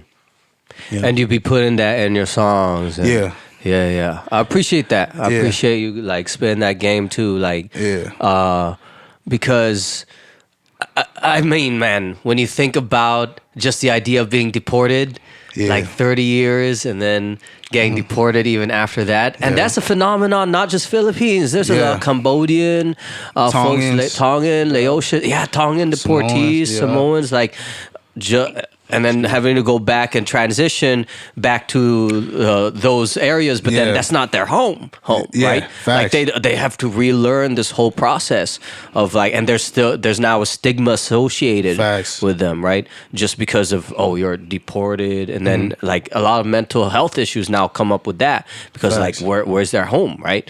So like I do appreciate you sharing that, and I think it's important that we'll hear more of that message. When will we see Stop Watering Dead Plants come out? I was just talking to Nico like earlier today, man, about like we just got to solidify. We've been making a lot of music, and we just got to solidify what we really want on the project. You know what I'm saying? And it's really up to me. You know what I'm saying? Because I made songs with Nico that, damn, you're not gonna hear you're not gonna hear it. You know what I'm saying? Just because we've just been in the lab so much and just been like it was like, were you feeling that? You know what I'm saying? I'm weird when it comes to music. If I'm feeling it, like, let's let it go. So you got a lot of songs that you won't release? Man, I got a hard drive of like songs I didn't release from back in the day. But it was all practice though. You know what I'm saying? It's definitely like, or maybe I use, you know what I'm saying? It's all about making the craft better than anything. You ain't gonna do a Kendrick Lamar Untitled out with all the unreleased, bro? Damn near shit. if it's in the stars, man. That is what's mainly when I hear when I talk to other musicians that are deep in their craft. Like some have hella like a catalog of unreleased shit. Yeah, right. facts. Just like a catalog of like, yo, okay, put in the work, but they're very intentional about what they release and when and everything like that. Definitely. Right? How do you approach collaboration? Because now it sounds like you were building a lot with Nico and the work there. Like, how do you approach like the creative process with other people? Because sometimes it's also very different from person to person, and then sometimes actually it's like a clash, right, with creative minds. But other times it's like chemistry, definitely. right? So what's your mindset when you go into studio, when you collab, and all that? Definitely. You know what it is? I gotta hang out with you, be in the studio and see. You know what I'm saying? If it's like a good flowing, you know what I'm saying? For example, like I don't know, like when it comes to features and stuff, like people could always send like the stuff, and like I could always get on it or whatever, not even knowing the person fully or being in the studio with it. Yeah. But when it comes to like features that I really resonate with, like for example, like D1, right? I'm in the studio with this guy. You know what I'm saying? We're going to Jollibee, getting a C2. You know what I'm saying? C2. Bro, tell me, I just came back from Jollibee last night. Why'd that shit hit home? A Jolly hot dog and a fucking 2-piece chicken with spaghetti, bro. Oh my God. I didn't even pull out of the parking lot. The Jolly hot dog was done. You feel me? But that's like, you know, it's like those like little things, man, with the homies, bro. It was just like make it even better. You know what I'm saying? Like, and it just makes you want to be better.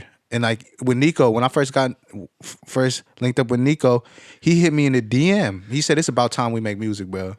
I was like, I took my ass to Bart, went to Union City, bro. Kicked it in his crib. First time meeting him, he invited me to his house, which is crazy. Damn. So ever since then, that was family.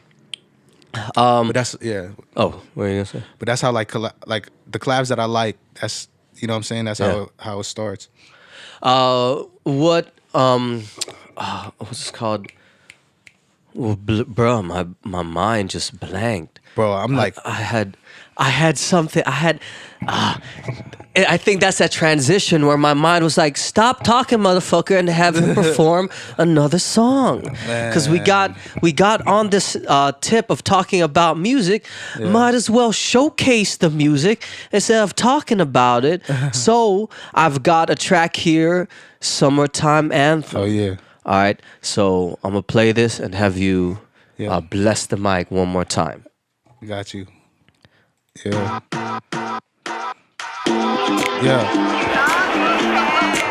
Yeah. Hey.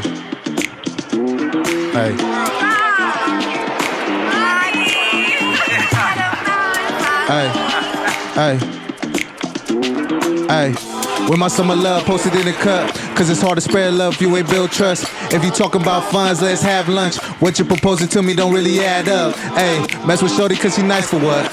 Don't like a friendly female, like a nice enough. She got career goals, better wipe it up. Place that ass in that sundress, baby, fuck it up. Big blues, oh yeah, I need big blues. I'm tryna U-Haul ball, I'm making big moves. Don't like your attitude or your issues. Hit a big oos and he slid through. Big dog, what's a pimple to a shih tzu?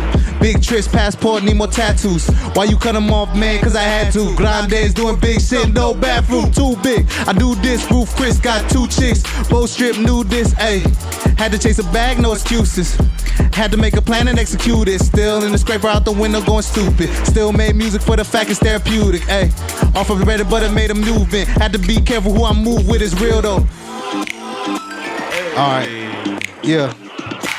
So this verse, I actually put this in just for like the shows and stuff. But shout out Miles, shout out Savage Mind, shout out to Nico. But I'ma do it, I got you. Hey, go. Ay, I'm back home, the studio be my backbone. My little black book contains all of my darkest poems. I'm dreaming lucid, somehow refused it with realest form. Competing with demons who scheming on the newest norm.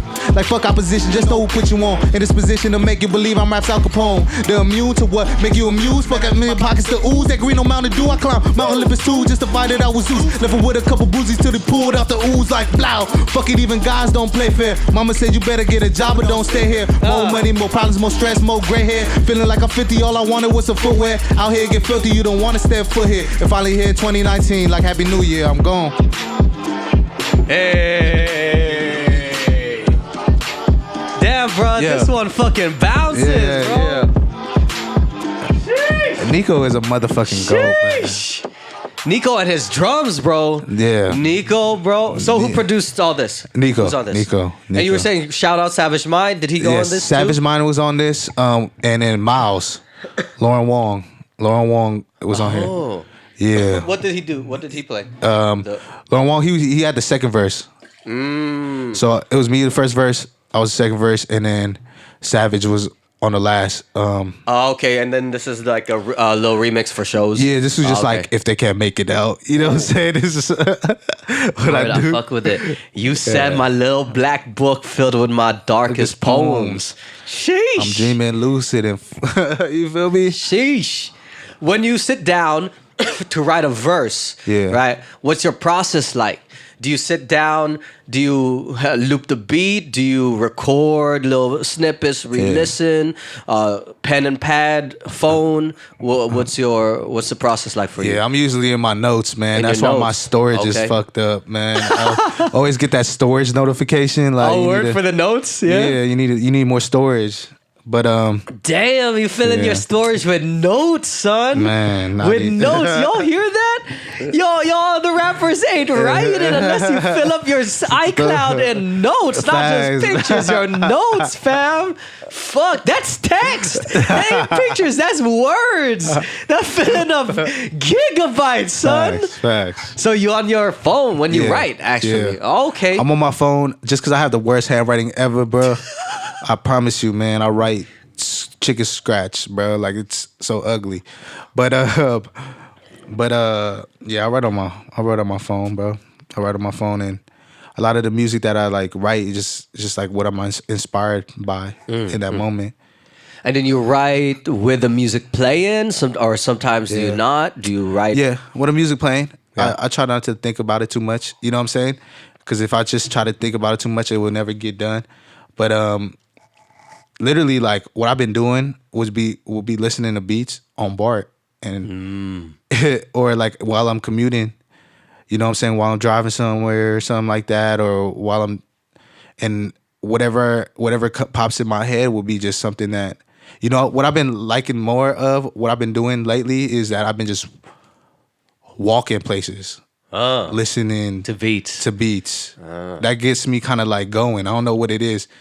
Or like I'll see something, you will hear it incorporated in my thing. Like that verse, like I'm back home, the studio be my backbone, my little black book contains all of my darkest poems. You feel me? I was listening to Dark Twisted Fantasy while I was like, and that was like peep this. That was one of my poems that I wrote, that I put on a beat. Like one of my last, so this was like, that verse was from 2015. Which one? The second verse? Yeah. Oh, word. Yeah, so that was a poem that I wrote. You see how it sounds like raps?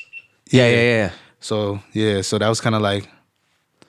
Yeah. Oh damn, that was a throwback verse. That was a throwback verse, and nobody know. Yeah, that was like when I was really into being like, I was trying to compete with Kendrick Lamar, to be honest. You feel me?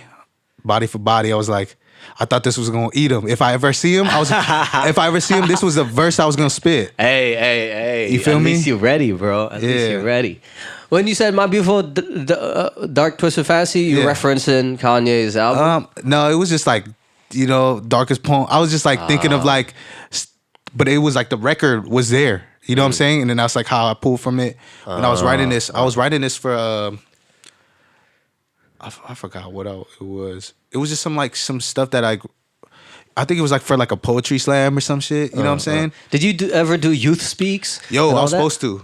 I got a lot of friends, but I don't know if it wasn't for me at the time. But you did a lot of spoken word. Yeah, I did a lot of spoken word. Oh, interesting. Not a lot, but I was always just like hella low key with it. Yeah.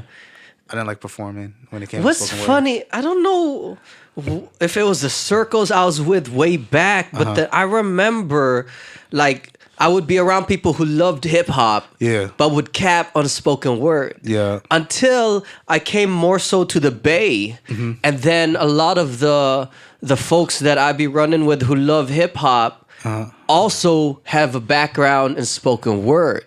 Like Facts. more so here than when I go to other spots. Like when I was down in LA, I remember a lot of at least my age were all into like if we do the mainstream hip hop, right? Facts. Back when it was 50 Cent, Kanye going at their thing and all the releases. Yeah, they love hip hop and everybody was like, all right, poetry. Yeah. Right. But what's dope to hear and see, like a lot of the homies out here are deep in the poetry game too.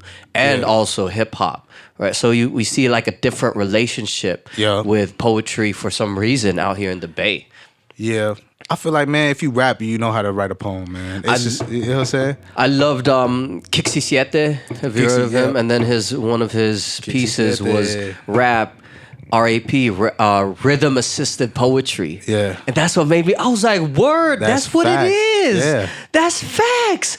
For a homie like me who's really offbeat usually, when I have a loud instrumental with the drums, I can write that shit. Facts. Right? Facts. And now I'm like, oh shit. And then especially if it has hi-hats, right? Just where it's consistent. I can get off the beat, but it sounds like I'm on the beat because the beat comes every single eighth note, bro. 16th note, so it sounds like I'm on some jazz shit, bro. Like, oh shit, that's the magic, bro. That's the magic. Rhythm assisted poetry. That's what it is. Yeah, bro. It's like, I don't know. So when people told me my poems sound like raps, I was like, fuck it, I'm gonna start rapping. Yeah, but I feel like Tupac made it cool, bro. You know what I'm saying? Keep it 100, and it's like, if you took off the beat from the actual lyrics and you went up on stage at a spoken word thing and you said it, you know what I'm saying? I feel like people will take it as a poem, right? Yeah. You know what I'm saying? Like, but there's a certain cadence. Different cadence. Different cadence. For example, like a soliloquy, right? That's a poem. Yeah. It follows a pattern. Yeah. Even Dr. Seuss type shit. Yeah, Dr. You Seuss. see that video of Migos rapping the Dr. Seuss book? And it's Schmack, bro? Yeah, I was like, what the hell is this, bro? It sounded like if you put rest on... my case. You rest my case. Nah, you're right, bro. It's like... And it's dope. I think there's just a beautiful energy about the Bay Area, right? With its creative and appreciation for creativity. Like it's like in the genes of the Bay Area now. Yeah.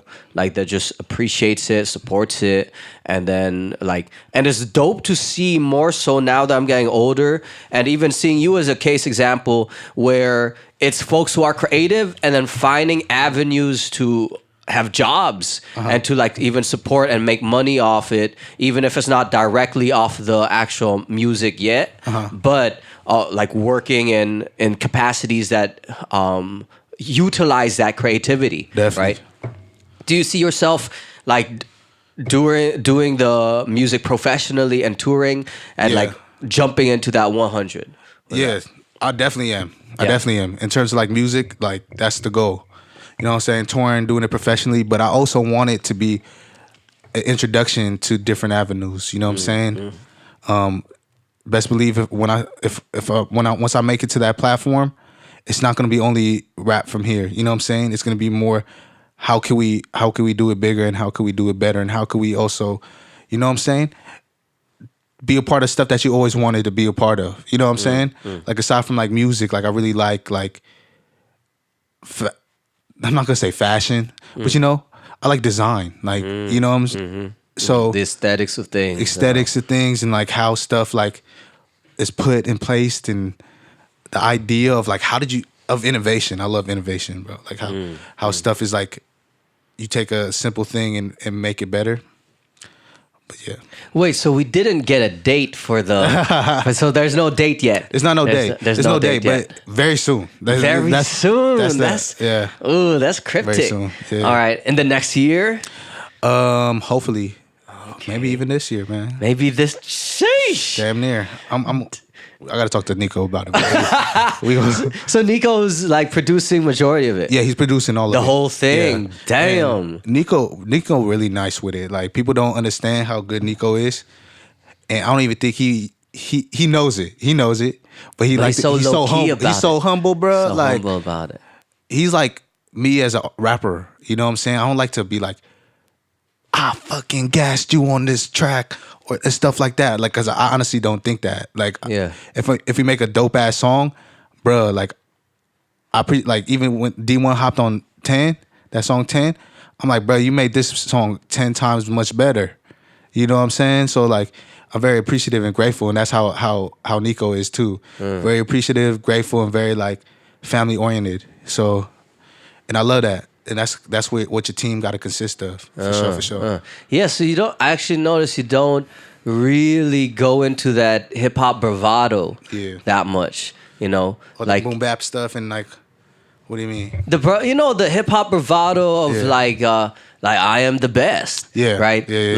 Like, cause arguably that's still part of the hip hop world and culture, right? There's a level of that stuff and people throw in that in some of the verses, right? But from what I noticed from your tracks, there's a lot more of the element of storytelling and wisecracks. I would like to say that your wordplay, you know how some people use wordplay for stunting, right? And it's cool to listen, right? But then your wordplay focuses a lot on wisecracks and like it's funny. It's funny shit, right? It's funny shit. I appreciate that. You're like, I see.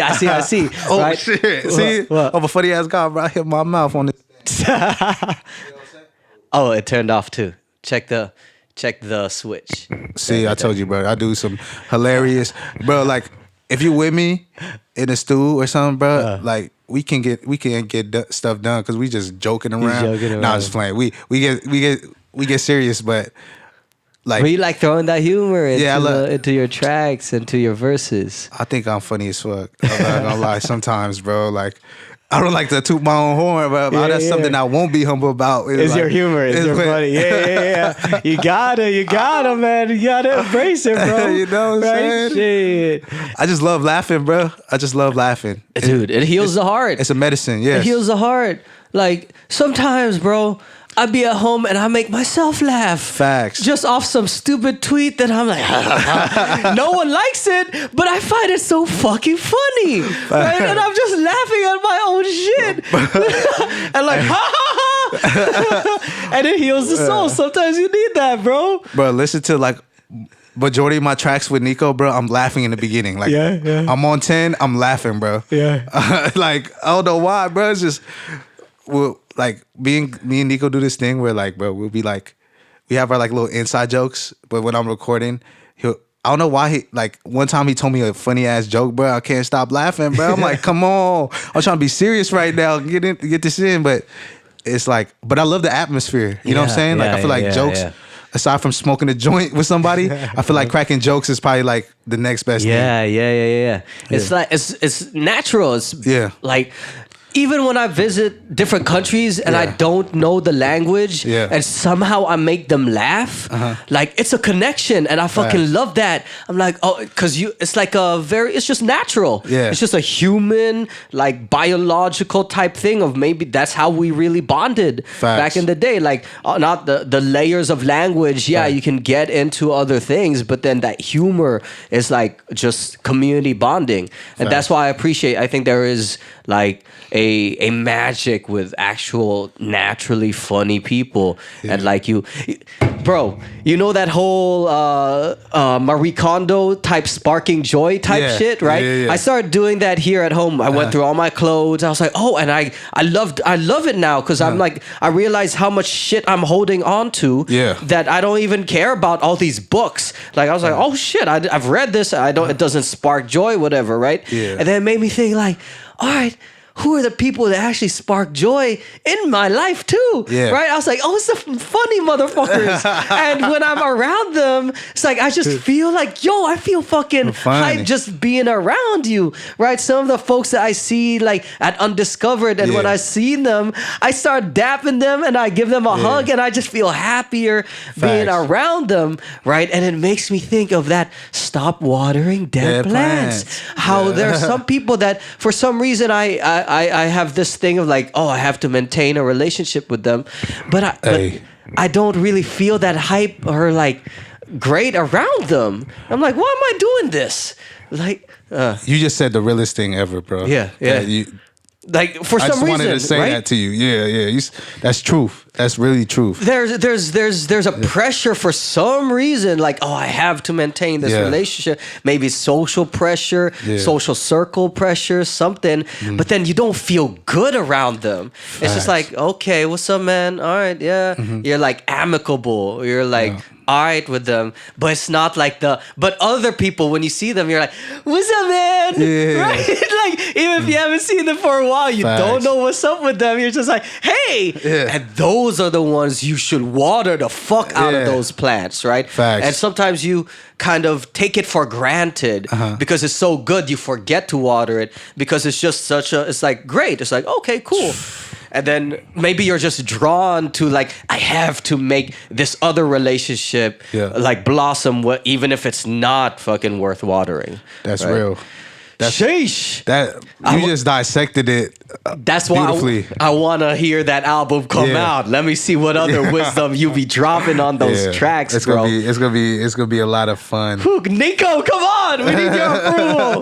Nico, get the shit out, fam, bro. Because whenever I listen to his productions too, it bounces. It bounces, and I think it's a great connection between the two of you. Because I remember this is a vivid memory for me.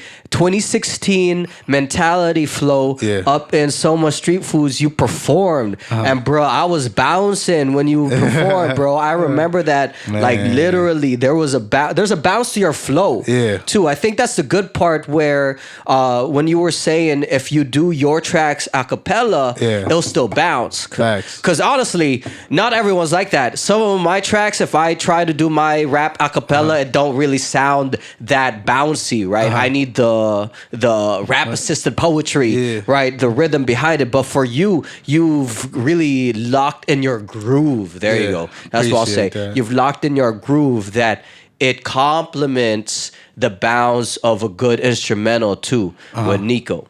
Oh yeah. So in that, off that note, let me get you to do your last verse on this instrumental that we got. Shout out is from produced by my homie Drip Gold from LA, but you're gonna do a little verse over I'll do a verse.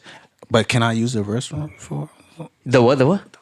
Yeah, let's go. My bad, bro. All good. You gotta do what you gotta do. No worries, man. That Zaldy 2 drinks. Okay, we back. Let's have you drop this verse on this Drip Gold track. Yeah. Hey.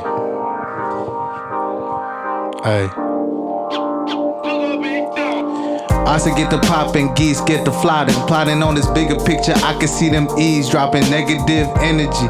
Baby, I be detoxing big bank Uchis in the shoebox, how I'm restocking. This that drip, this that Zaldy Water. Mommy, take a sip, I made a list of the people who gon' hate me when I'm rich. My little sis, if I'm lying, she got that merchandise she bit. I don't wear that shit, I spent about $1,000 on a fit. I got loyalty, got sucker free stuck in my DNA. Run my check, I got a credit union chasing B of A. Anyway, I don't sleep till my team eat like a buffet. Lobster stealing champagne, DoorDash to where I stay. I'm a Frisco baby, California medicated. Got a girl so bad and she's so sophisticated, and my circle so small and it can't be infiltrated. I ain't make it till my mama said I made it. Real shit, boy. Shoot, but let's see if I got something else. Hey. Zaldy Tubig. I'ma just do this from another rap. Zaldy Water. Hey. Get your mind right. I'm ahead, no police. I mean police. Stop me, I got rights. Need a vaccine. Enemies turn parasites. It was me and geese. We hungry, got appetite. Hey, get it. For the dressing, I spent some lettuce. My flow athletic. I'm trying to score just like my credit. It's percentage. I took a risk and made investments. Told my mama we finna get it, so no more stressing. Ooh, I said get the poppin', what it do? Ay, stick that big band, color blue. Ay, keep your circle small, trust a few. Ay, get that W, never lose. Like stop, drop, and get the guap. Ay, keep it together like dreadlocks. Ay, chase that cream, no hook shot, chop chop. Chase that chicken till the wings stop. Ay, I'm gonna do another verse from let's this go, album. let's go. Hey, fuck it, I'm not gonna lie to you, say I'm freestyling all this, you know what I'm saying? Hold up, I got you. We got Zaldy 2 drinks. Hey, got you right here, look. Hey. Team no sleep while these haters doing slumber parties. Crazy Asian who be sauced up, I'm dipped in teriyaki. Out with the bucks. If boy need this Milwaukee, if it get poppin' here, I say off the walkie-talkie. Told him if water getting paid, that's a wave check. Cause I was fighting being poor arch nemesis. And now my team getting strong, we need a membership. A couple bands for the times they abandoned shit. Home of the candlestick, I had to keep the candles lit. Like why they hating on me, I could see them Evelyn. Alright, I'm done. Hey, Zaldy Tubig. Hey, fuck it. Zaldy Water coming with the 3 verses. Stumbling. Question: why did you change from Zaldy Tubig To Zaldy. to Zaldy Water? You know where it stemmed from? It was from me going to the Philippines, to be honest. No. I wanted to be that, like, yo, Zaldy Tubig, that's for you. It's for the Philippines. You know what I'm saying? Like, I wanted to take my name, and I didn't want to, like, just mix it. You know what I'm saying? Like, in terms of, like, culturally. You feel me? Like, the Tubig is a big thing. You know what I'm saying? Even though my last name is Tubig. You know what I'm saying? But it was, like, water. Like, I love the whole idea of it being in Tagalog. And, you know what I'm saying? And, like, it's a cultural thing, you feel me? But when it came to Zaldy Water, this is like stuff that, yo, it's like I'm about business as an artist, you feel me? But when it comes to Zaldy Tubig, this is me as a human being too, you know what I'm saying? So, it was just like a spur of the moment thing. So are You know you what I'm saying? Are you saying that spurred on by the trip to the Philippines, that you want to keep that, like that Zaldy Tubig, which is your actual real name, like more so tied to that aspect, to my roots, to your roots. But then the stage name of Zaldy Water, it's kind of like the rebirth of, you know what I'm saying, of like me as like really going in and investing the time as an artist, aside from like, you know what I'm saying? I don't want, like, when I go to the Philippines, everybody think of me as a star, and I can't walk through Masanto. You know what I'm saying? Interesting. You feel me? Yeah, like I still want to be at my family house over there, chilling without all the extra stuff. But also, you know what I'm saying? Zaldy Water is something that it's like I kind of got it from Pharrell too. You know what I'm saying? You get Pharrell Williams. You know what I'm saying? Then you get like Neptunes and shit. You know, even though it's like a group, but he does that kind of thing. You know what I'm saying? So it's like kind of this intentional artist building, like that, like creating another hub, another space for you as an artist, which is still rooted in you as a person, but you want to have like this delineation like between those two and still have that Zaldy Tubig as a home, like that's still authentically you. It's just like focuses, you know what I'm saying? Okay. How can I focus this into each craft? Like Zaldy Water is focused on everything that has to do with music. Zaldy Tubig is focused on everything that has to do with me culturally. You know what I'm saying? Oh, okay, I feel it. You know what I'm saying? And then Lumpia Van Draws, my alien. Say that again. What? Lumpia Vandross. Damn, Lumpia Vandross, You know what bro. I'm saying? That shit gonna have some flame ass R&B shit, fam. It's some shit we just experimented with. You know what I'm saying? We be just playing around, Eat bro. some lumpia with my father again. Oh shit, bro. But it's like, it's just names. It's just names. Word, At the end of the day, I'm one human being. I'm one person. But I just love the different avenues, bro. Like, it's like, I don't mean to say that I got it from these people, but it's like you get Travis Scott and then Cactus Jack. You know what I'm saying? And stuff like that. I want like the stuff that I make in pertaining to what's happening to be solidified through these. You know what I'm saying? So if you hear my music, I'm Zaldy Water. As you know me as a person, I'm Zaldy Tubig. You know what I'm saying? To you. And then when it comes to all my singing shit, I'm Lumpia Vandross. So I need to hear that. When's the track coming out for Lumpia Vandross? We got something It's coming coming up? next week, bro. It's gonna be hella Next funny, week? bro. Yeah, it's gonna be so funny, bro. You're gonna be like, what the fuck? Okay. And it's being released as Lumpia Vandross? Hopefully, I might change it, but Shit, no. I'll fuck with Lumpia Vandross. I love it. Lumpia Vandross is my shit. You know how many times Filipinos sing "Dance with My Father" again, bro? Facts. You need to keep that Lumpia Vandross. Let me co-sign that, bro. Lumpia Vandross. That's on point. That's on Right on, point, Pete. man. Appreciate you, man. As long as you grow out some Jerry curls.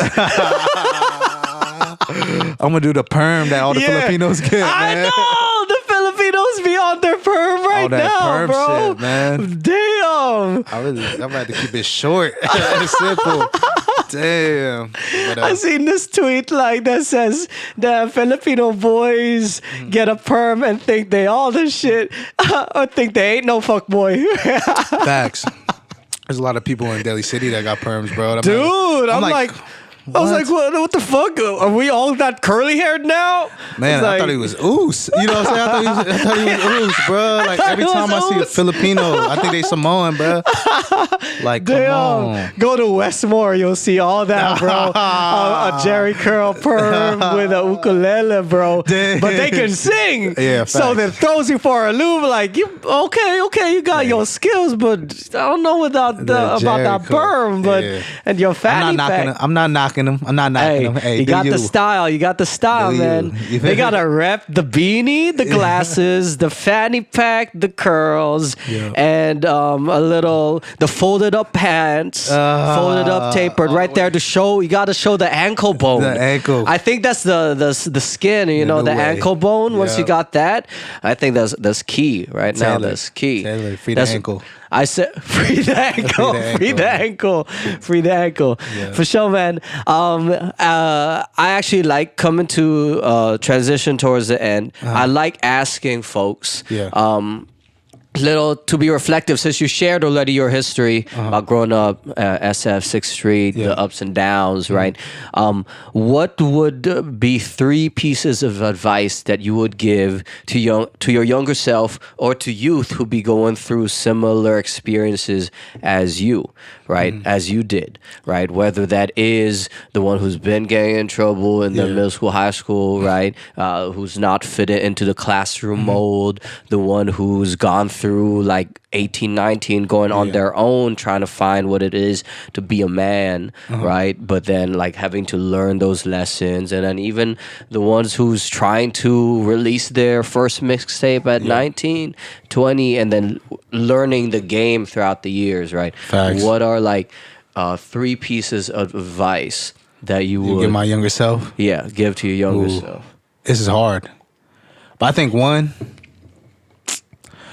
is just to shut up and just do it. You know what I'm saying? It's just like I was doing stuff, but I wasn't doing it to the maximum. It's like, do that. It's like when you work out, right? And you're really just trying to push and try to get the bar up. You know what I'm saying? Me, I would tell my better self is get that bar up. You know what I'm saying? Just do it. Because there's a lot of opportunities and you never know what can happen. You know what I'm saying? Some people fear rejection, or some people fear like it's not gonna happen, or I don't know. But it's like if I would have knew, if I tried, you know what I'm saying? it would have been better than me not even like doing it at all. And it's funny because like some of those opportunities double backed on me, you know what I'm saying? And then I started doing it, and now it's like the bigger, like me being in London, you know what I'm saying? Like it's not like the opportunity was there back in the day, but the whole idea of like shut up and doing it. Like I hosted the event in London in front of 5,000 people, you know what I'm saying? And if I didn't shut up and just do it, like I wouldn't have all these connections and networks, and now they want me to do some stuff for the next time around. So, you know, it just it broadens up your mind and broadens up your experience. It elevates your experience, and then you feel invincible. Like focusing on the action. Yeah. And just doing it. Yeah. So that'll be one. Two, I would say read more, man. Back in the day. Like I thought books was whatever. You know what I'm saying? Like I'll read the book in school. Like one of the very few who would, you know? But it was just like whatever. I didn't really get messages from the music, and like learning now is like education is a big thing, man. You know what I'm saying? So you actively like go on your reading game now? Like a little bit more? Not as much as I should. But if I would have done it back in the day, I think I'll be an avid reader. You know what I'm saying?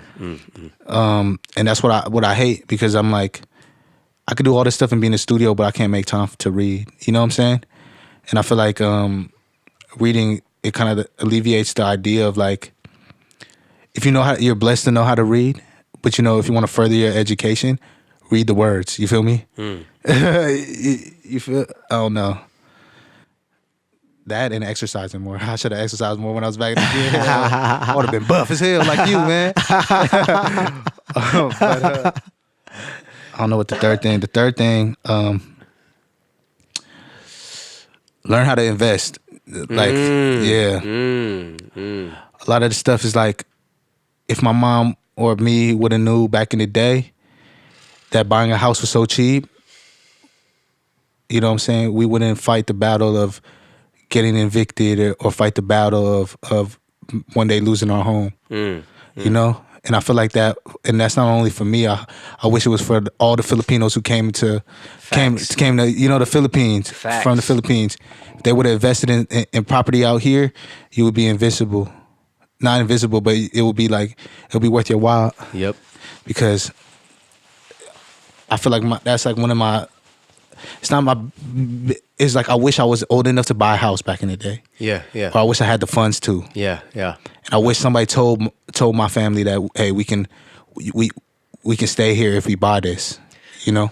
Word, facts, man. That's been a wave I've been on recently about financial literacy and education. Definitely. Like economic education for the community. Because, bro, even out here at Daly City, right? Yeah. Like they wrote a book, Pinoy Capital, 33%. Hella Filipinos are moving out because of what I've heard on some cases, just bad mortgages even. Facts. Even if they own the house, but then it's on loans with bad interest rates, and with the rising cost of living, it just gets too expensive. And they have these 30-year plus loans. They do a refinance, reverse mortgage. Gets reset to another 30 years and not able to, and now they have to move out to, I'm not saying it's bad, but now it's going back to Hercules, Pinole, but it's far, right? And now you're kind of losing the Filipino community here because it's being economically pushed out, because we don't have that education to think of investing, like what you just said. It's more of the mentality of like, all right, let's get the bag now, and then we're kind of good for now, right? You got your job, everyone pitch in, your job, we good, right? But it's on relying on that job, which is like a service job, not bad, but it's still reliant on the employer rather than investing and real economic, folks say, liberation, right, for our the communities, right? So, word, thanks for sharing that. That's been on my mind, especially here, Daly City. Mad. That's been a thing I've been thinking of for like years. Yeah, yeah. And like even when I was a kid, I was like trying to understand why we didn't have a house, right? So if, like you said, like it was just the idea of, and I can't even blame anybody though. Yep. it's just stuff that it was hard times, especially as immigrants. Yeah, as immigrants, I can't blame nobody. You can't be mad at because they weren't taught. Yeah, right. They weren't exposed to it. It wasn't even taught too. It wasn't taught, and it was like other resources. You know what I'm saying? That was given was like my mom was working 5 jobs. You know what I'm saying? Which was, and I was there my mom got 3 hours of sleep every single day. Every single day. She works 7 days a week, 3 hours of sleep every single day. And, you know, it gets to a point where you can't do it. Even though people think it's a lot of income, it's not. You know what I'm saying? It wasn't. She was the only one supporting those 3 kids? 3 kids. Sheesh. So that's why I was like, I'm going to get her a house. You know what I'm saying? Yeah. That's off tops. And it's going to be paid for. Yeah. And nobody could take it. You feel me? And that's 100%. Yeah. That's 100%. All 4 of y'all were in that studio? Yep. Sheesh. Yep. Still to this day. You feel me? But you know what I'm saying? But I was talking to myself like I was mad at it so much when I was younger, bro. I was like angry that like, damn, why I gotta live like this, bro? I was even in the projects and I had at least a bed, not even a bed. It was on the floor like a mat, at least that. But I'm like here sleeping with the rats and roaches. I was so mad. But now, like I thought about it too. It's like I'm actually glad I went through that because nothing you could tell me, you know, could amount to the stuff that. How it made me feel, you know what I'm saying? Like, through the process, like I can relate with you, but yo, I lived through those experiences, you know what I'm saying? And now it's like anything that happens to me now, I can get through it, you know what I'm saying? Like, I know what it feels to be on my last dollar. I know how it feels to sleep on the floor. I know how it feels to, you know what I'm saying, not have a pops. You feel me? I know how it feels to like hustling, trying to pay rent. You feel me? It was a thing, but that's why I feel like through that experience and even being where I'm from is like a blessing in its own. You know what I'm saying? It's a thing, and being like in different projects and knowing that like people, you know, you get a lot of videos like, oh, I'm still in the project, blah blah blah. Like I'm not trying to do that. I'm trying to be in the house, paid for, invested. Word. You feel me? You know, thanks for Real sharing money. that narrative, because what's important, I think, too, is to hear how you flip the experience and flip the narrative of like how you relate to that experience. Yeah. Now, I think that's very important because it can easily go into bitterness. Yeah. And even just other unhealthy coping mechanisms of that experience. Facts. Right? But then you've shifted towards not necessarily complacency because of it, but like, all right, acceptance that that's a situation, then using it as kind of the starting point and knowing where you want to go from there. Yeah. Right? So I much appreciate that, and hopefully those who have similar experiences or those struggles, right, be encouraged. Right, and to shift it towards that mentality, right? Oh yeah, yeah. How can people get in touch with you? Do I just say my phone number over? You could. Why can't I keep hitting myself with this mic? But anyway, social media, Zaldy Water. My Twitter is actually still under Zaldy Tubig. But I might switch that. But Zaldy Water. Zaldy Water. Then Water, yep. Zaldy Water. Also, I just dropped stuff on everywhere, every platform, all streaming platforms. 10 with my guy D1. So slap that and just keep updated. Definitely. How are you open to collabs? What is the process for people to collab with you? Like, how are you in terms of new folks reaching out and all? In terms of collab, yeah. Like, what I love the most when I collab with people is if I listen to your music outside of people telling me, hey, slap my music. You know what I'm saying? If I listen to it on my own and I hear it and I love it, and I'm like, ooh, this is no doubt I'm gonna make a song with you.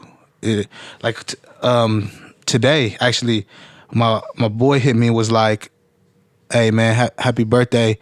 Hoping that one day I can get in the studio with you. And I told him like legitly, like, bro, like I slap your music, bro, whenever. His name is Vizzy Masters. Vizzy. Shout out. Yeah, shout out to Vizzy. But that was like whenever. That's what D1. So shout out to After Hours. My bad. I'm doing hella shout out. No, you got it. I was gonna ask you later, like, what are your shout outs, bro? Yeah. You have to. But like After Hours, man, like shout out to Nico for introducing me to the whole After Hours family, man. What's After Hours? It's a record. It's a record label basically. They got an LLC, but it's like it's a studio in Union City. They do amazing work out there. Everybody there is like the most, everything from D1. We got your boy Ray, Mad Clever, Zach. You got Temple, AP. Like all of them are just like crazy MC. You got like crazy at what they do.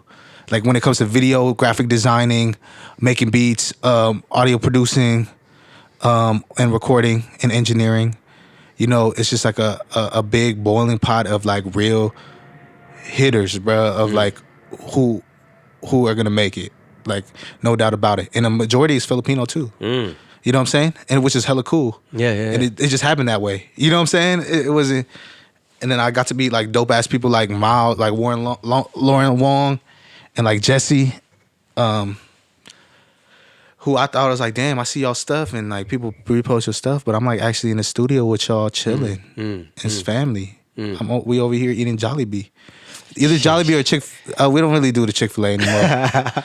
But Popeye's chicken sandwiches. Did you get your Popeye's Hell chicken no, sandwich? I haven't tried. I'm just like, fuck it. I always try to get the chicken sandwich at Jollibee because I'm like, man, you know, I'm gonna try to. Yeah. They never have it, bro. At Jollibee? Never. Really? I'm about to go pull up to this Jollibee. Oh down. yeah, I got one the other. Yeah. It's aight. It's cool. It's cool. Cool? It's cool. I wish the bread was a little softer, like that Hawaiian bread level. But it's aight. I'm still a Chicken Joy dude. Chicken Joy, yeah. I can't fuck with the Chicken Joy. Yeah. Like, it's still there. But word, you've been connecting with them, and that's the vibe. Yeah, that's definitely the vibe, bro. And literally like, I made a lot of my good music over there too, bro. I just love IJ, like the homie. I met a lot of cool ass motherfuckers, bro, who are on the same page and do it just because and not for nothing else. You know what I'm saying? Those are the people you want to keep around you, bro. Aside from that, I've been in situations where, bro, I felt like I wasn't heard. I felt like it wasn't like, you know what I'm saying? Studios, bro, like legit stuff, like legit places where I'm like, what the fuck? Like, do you even fuck with my music? You know what I'm saying? Do you fuck with me as a human being? But every time I'm there, it's always love. It's family. Stop watering dead studios, bro. Yeah, facts. Facts. Damn, what if someone hits you up and then you listen to their music and you don't fuck with it? But this dude be like, yo man, I fuck with you. I want to collab with you. Man. But then you listen to the music and you're like, there's a price to pay. No, yo, really, like, you know, it's funny when I like, so somebody actually did that, and and I really like mess with their music, right? And it wasn't that I didn't mess with it. It was just like, bro, how you like coming on it like that, and when I know you and see you in person is it's like the exact opposite. You know what I'm saying? I like validation in music sometimes. You know what I'm saying? Like, so, what do you mean? In person, they wouldn't be supportive? No, just like what they were doing in music was way different from what they were in person. So okay, I was like, okay, you know, and the conversation came about was like, what's your favorite song off of Therapy? You know what I'm saying? Like, have you slapped Therapy? They'll be like, damn, I fuck with your music, blah blah blah, and stuff like that. I want to hit it. I'm like, okay, cool. You know, maybe even get on the phone with them where sometimes I didn't even pay no mind if like it was just like out the random and people think you owe them a verse. You know what I'm saying? Oh, this dude was coming out like that, so I was like, okay, whatever. You know what I'm saying? Because he know my partner, and that's my close homie. It don't work like that. You know what I'm saying? So what I do, I don't know why this story got brought up, but. What I do... Expose! I'm not going to expose nobody. But what I do, man, it's just like, what's your favorite song off of Therapy, man? You know what I'm saying? What's your favorite verse? What song? You know what I'm saying? It helps have you kind supported me. Yeah. It helps you like manage the vibe, like see where people really are at, and it really comes off that. It sounds like that. Yeah. What you're saying really comes off that energy of like what the relationship look like. Yeah, because I'm a big advocate for like it being hand in hand. You know what I'm saying? Like listening to my song once is way different from, hey, check out my boy, play this in your car. Like I have friends who used to Uber and just play my whole mixtape. You know what I'm saying? Or like friends who like off the strength, they see me drop something, they either repost it and that's why I was like, and you don't ask nothing from them. Nothing. You know. Yep. Or make no excuses why they wasn't at my show. Yep. You know what I'm saying? Yeah. That's what I love it. I love it. And that's the people like if they ask me for a verse, I got you. Word. I got you. Word. Anybody else like, oh, blah blah blah, and you know my big homie, blah blah blah, and this and that, and they was like, blah blah. You know what I'm saying? And I don't really mess with the vibe. What I taught when I was growing up, I could say no. You know what I'm saying? No, I don't want to do it. Hello. You feel me? That's actually a lesson for a lot of people, even me, to say no. Yeah. Yeah, that's something that I feel like, I don't know if it's our generation a little bit, where like a lot of people want to water every plant. Yeah. There you go. It's coming back to the fucking stop appreciate water you, man. because there's some truth to that. That's hella right? truth. Yep. To be able to learn, to know how to say no. Yeah. Because now a lot of people, maybe, maybe I'll see, like that, like I'll let you know, right? Yeah. Just say no if Just you say don't want. no. Just say no, bro. Right? And then because it's like this desire not to offend or not to like you still want to be their friend. You tried, but you didn't. You know what I'm saying? You didn't go. Yeah. Just say no. Yeah. What's wrong? Like, oh, all right. But it's something to learn how to do that, right? Yeah. So I appreciate that. It's still hard for me. It's Word. still, you know what I'm saying? Word. But it's like more like You could have said no to come, bro. You didn't have to come on the podcast. That's bro. what I'm saying. But if it like that's what I'm saying. Like it was a Mando. If I fuck with it and I fuck with the I watched, you know what I'm saying? I remember when Nico was here and I watched that whole motherfucker. You know what I'm saying? That's why I was like, say less. I'm here. That's my motto. Say less, do more, bro. Mr. Say less. Word. If it's gonna happen, it's gonna happen. I was talking to this one girl and I was saying some stuff and she'd be saying like, "Hey, say less." I was like, okay. Are we gonna stop talking now? That happens to me a lot, bro. Text messages. I was like, don't hit me with the one word response no more. I just said say less. That's my motto. You know what I'm saying? You just said say less. Yeah. I literally texted less. Yeah, facts. Word. Do you have any last shout outs? Last messages for folks that you want to call out or whatever. Yeah. Shout out my mom. Shout out whole 6th Street, SoMa. 6th Street. You know, SoMa. It's not that I'm necessarily like really banging it. You know what I'm saying? But it was just more like, yo. It's a neighborhood. There's a history. History. You know, they taught me a lot. Taught me a lot. United Players. All the people who's doing community work, man. Loco Bloco. a lot of that? Yeah. It's like a Latinx like organization. Word. Shout out to my Filipino club. I don't know. I'm just like rambling now. My bad. But yo, shout out to After Hours. Shout out to everybody over there in the Union that fuck with me. Cause I'm from the city. You know what I'm saying? You didn't have to. They didn't have to, but they really. I consider them as family for sure. Nico and all his family, cause that's they real ones. And yeah, to all the youth, man, just stay invested and stay strong, and save your money. Save your money. Save your money. Save that financial aid, son. Buy financial a book. literacy. Buy a book. Buy a book. Motherfucking. It's okay to crease your Jordans. Yeah. Once in a while, bro. It's hype. Once you get to this age, bro. Wear them, bro. I'm 25 and I still have Jordans from when I was 16. And I'm like, what the fuck is this shit, bro? Are you kidding me? I can't even fit them no more. I don't fit a 9 no more. Oh my God. 9.5. I'm like, fuck. Try to squeeze my feet in there. Hell nah. Because it used to drop like 300 on Bro, it. we used to wait in lines for shoes. Stop waiting in line for shoes.